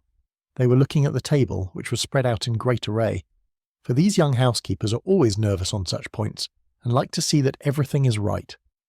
"Fred," said Scrooge. Dear heart alive, how his niece by marriage started. Scrooge had forgotten, for the moment, about her sitting in the corner with a footstool, or he wouldn't have done it on any account. "Why, bless my soul," cried Fred. "Who's that?" "It's I, your Uncle Scrooge. I've come to dinner. Will you let me in, Fred?" Let him in. It is a mercy he didn't shake his arm off. He was at home in 5 minutes. Nothing could be heartier. His niece looked just the same. So did Topper when he came. So did the plump sister when she came. So did everyone when they came. Wonderful party, wonderful games, wonderful unanimity, wonderful happiness. But he was early at the office next morning. Oh, he was early there. If he could only be there first and catch Bob Cratchit coming late. That was the thing he'd set his heart upon. And he did it. Yes, he did. The clock struck 9. No Bob. 1/4 past. No Bob. He was full 18 minutes and a half behind his time. Scrooge sat with his door wide open, that he might see him come into the tank. His hat was off, before he opened the door. His comforter, too. He was on his stool in a jiffy, driving away with his pen, as if he were trying to overtake 9 o'clock. "Hallo," growled Scrooge in his accustomed voice as near as he could feign it. "What do you mean by coming here at this time of day?" "I am very sorry, sir," said Bob. "I am behind my time." "You are?" repeated Scrooge. "Yes, I think you are. Step this way, if you please." "It's only once a year, sir," pleaded Bob, appearing from the tank. "It shall not be repeated. I was making rather merry yesterday, sir." "Now, I'll tell you what, my friend," said Scrooge. "I'm not going to stand this sort of thing any longer, and therefore," he continued, leaping from his stool, and giving Bob such a dig in the waistcoat that he staggered back into the tank again, "and therefore I'm about to raise your salary." Bob trembled and got a little nearer to the ruler. He had a momentary idea of knocking Scrooge down with it, holding him, and calling to the people in the court for help and a strait waistcoat. "A Merry Christmas, Bob," said Scrooge, with an earnestness that could not be mistaken as he clapped him on the back. "A merrier Christmas, Bob, my good fellow, than I have given you for many a year. I'll raise your salary and endeavour to assist your struggling family, and we will discuss your affairs this very afternoon over a Christmas bowl of smoking bishop, Bob. Make up the fires and buy another coal scuttle before you dot another I, Bob Cratchit. Scrooge was better than his word. He did it all and infinitely more, and to Tiny Tim, who did not die, he was a second father. He became as good a friend, as good a master, and as good a man as the good old city knew, or any other good old city, town, or borough in the good old world. Some people laughed to see the alteration in him, but he let them laugh, and little heeded them, for he was wise enough to know that nothing ever happened on this globe for good, at which some people did not have their fill of laughter in the outset. And knowing that such as these would be blind anyway, he thought it quite as well that they should wrinkle up their eyes in grins as have the malady in less attractive forms. His own heart laughed, and that was quite enough for him. He had no further intercourse with spirits, but lived upon the total abstinence principle ever afterwards, and it was always said of him that he knew how to keep Christmas well, if any man alive possessed the knowledge. May that be truly said of us, and all of us. And so, as Tiny Tim observed, God bless us, everyone. The end. Thank you for joining us on this journey through Charles Dickens' timeless tale, A Christmas Carol. We hope Ebenezer Scrooge's transformation touched your heart and rekindled the spirit of the season. If you enjoyed, please give this video a thumbs up and consider sharing it with friends and family. For more such classics, don't forget to subscribe to AV Books. Your support helps us continue bringing these treasured stories to life. Until next time, may your days be merry and bright, and may all your Christmases be filled with joy and compassion. Happy listening.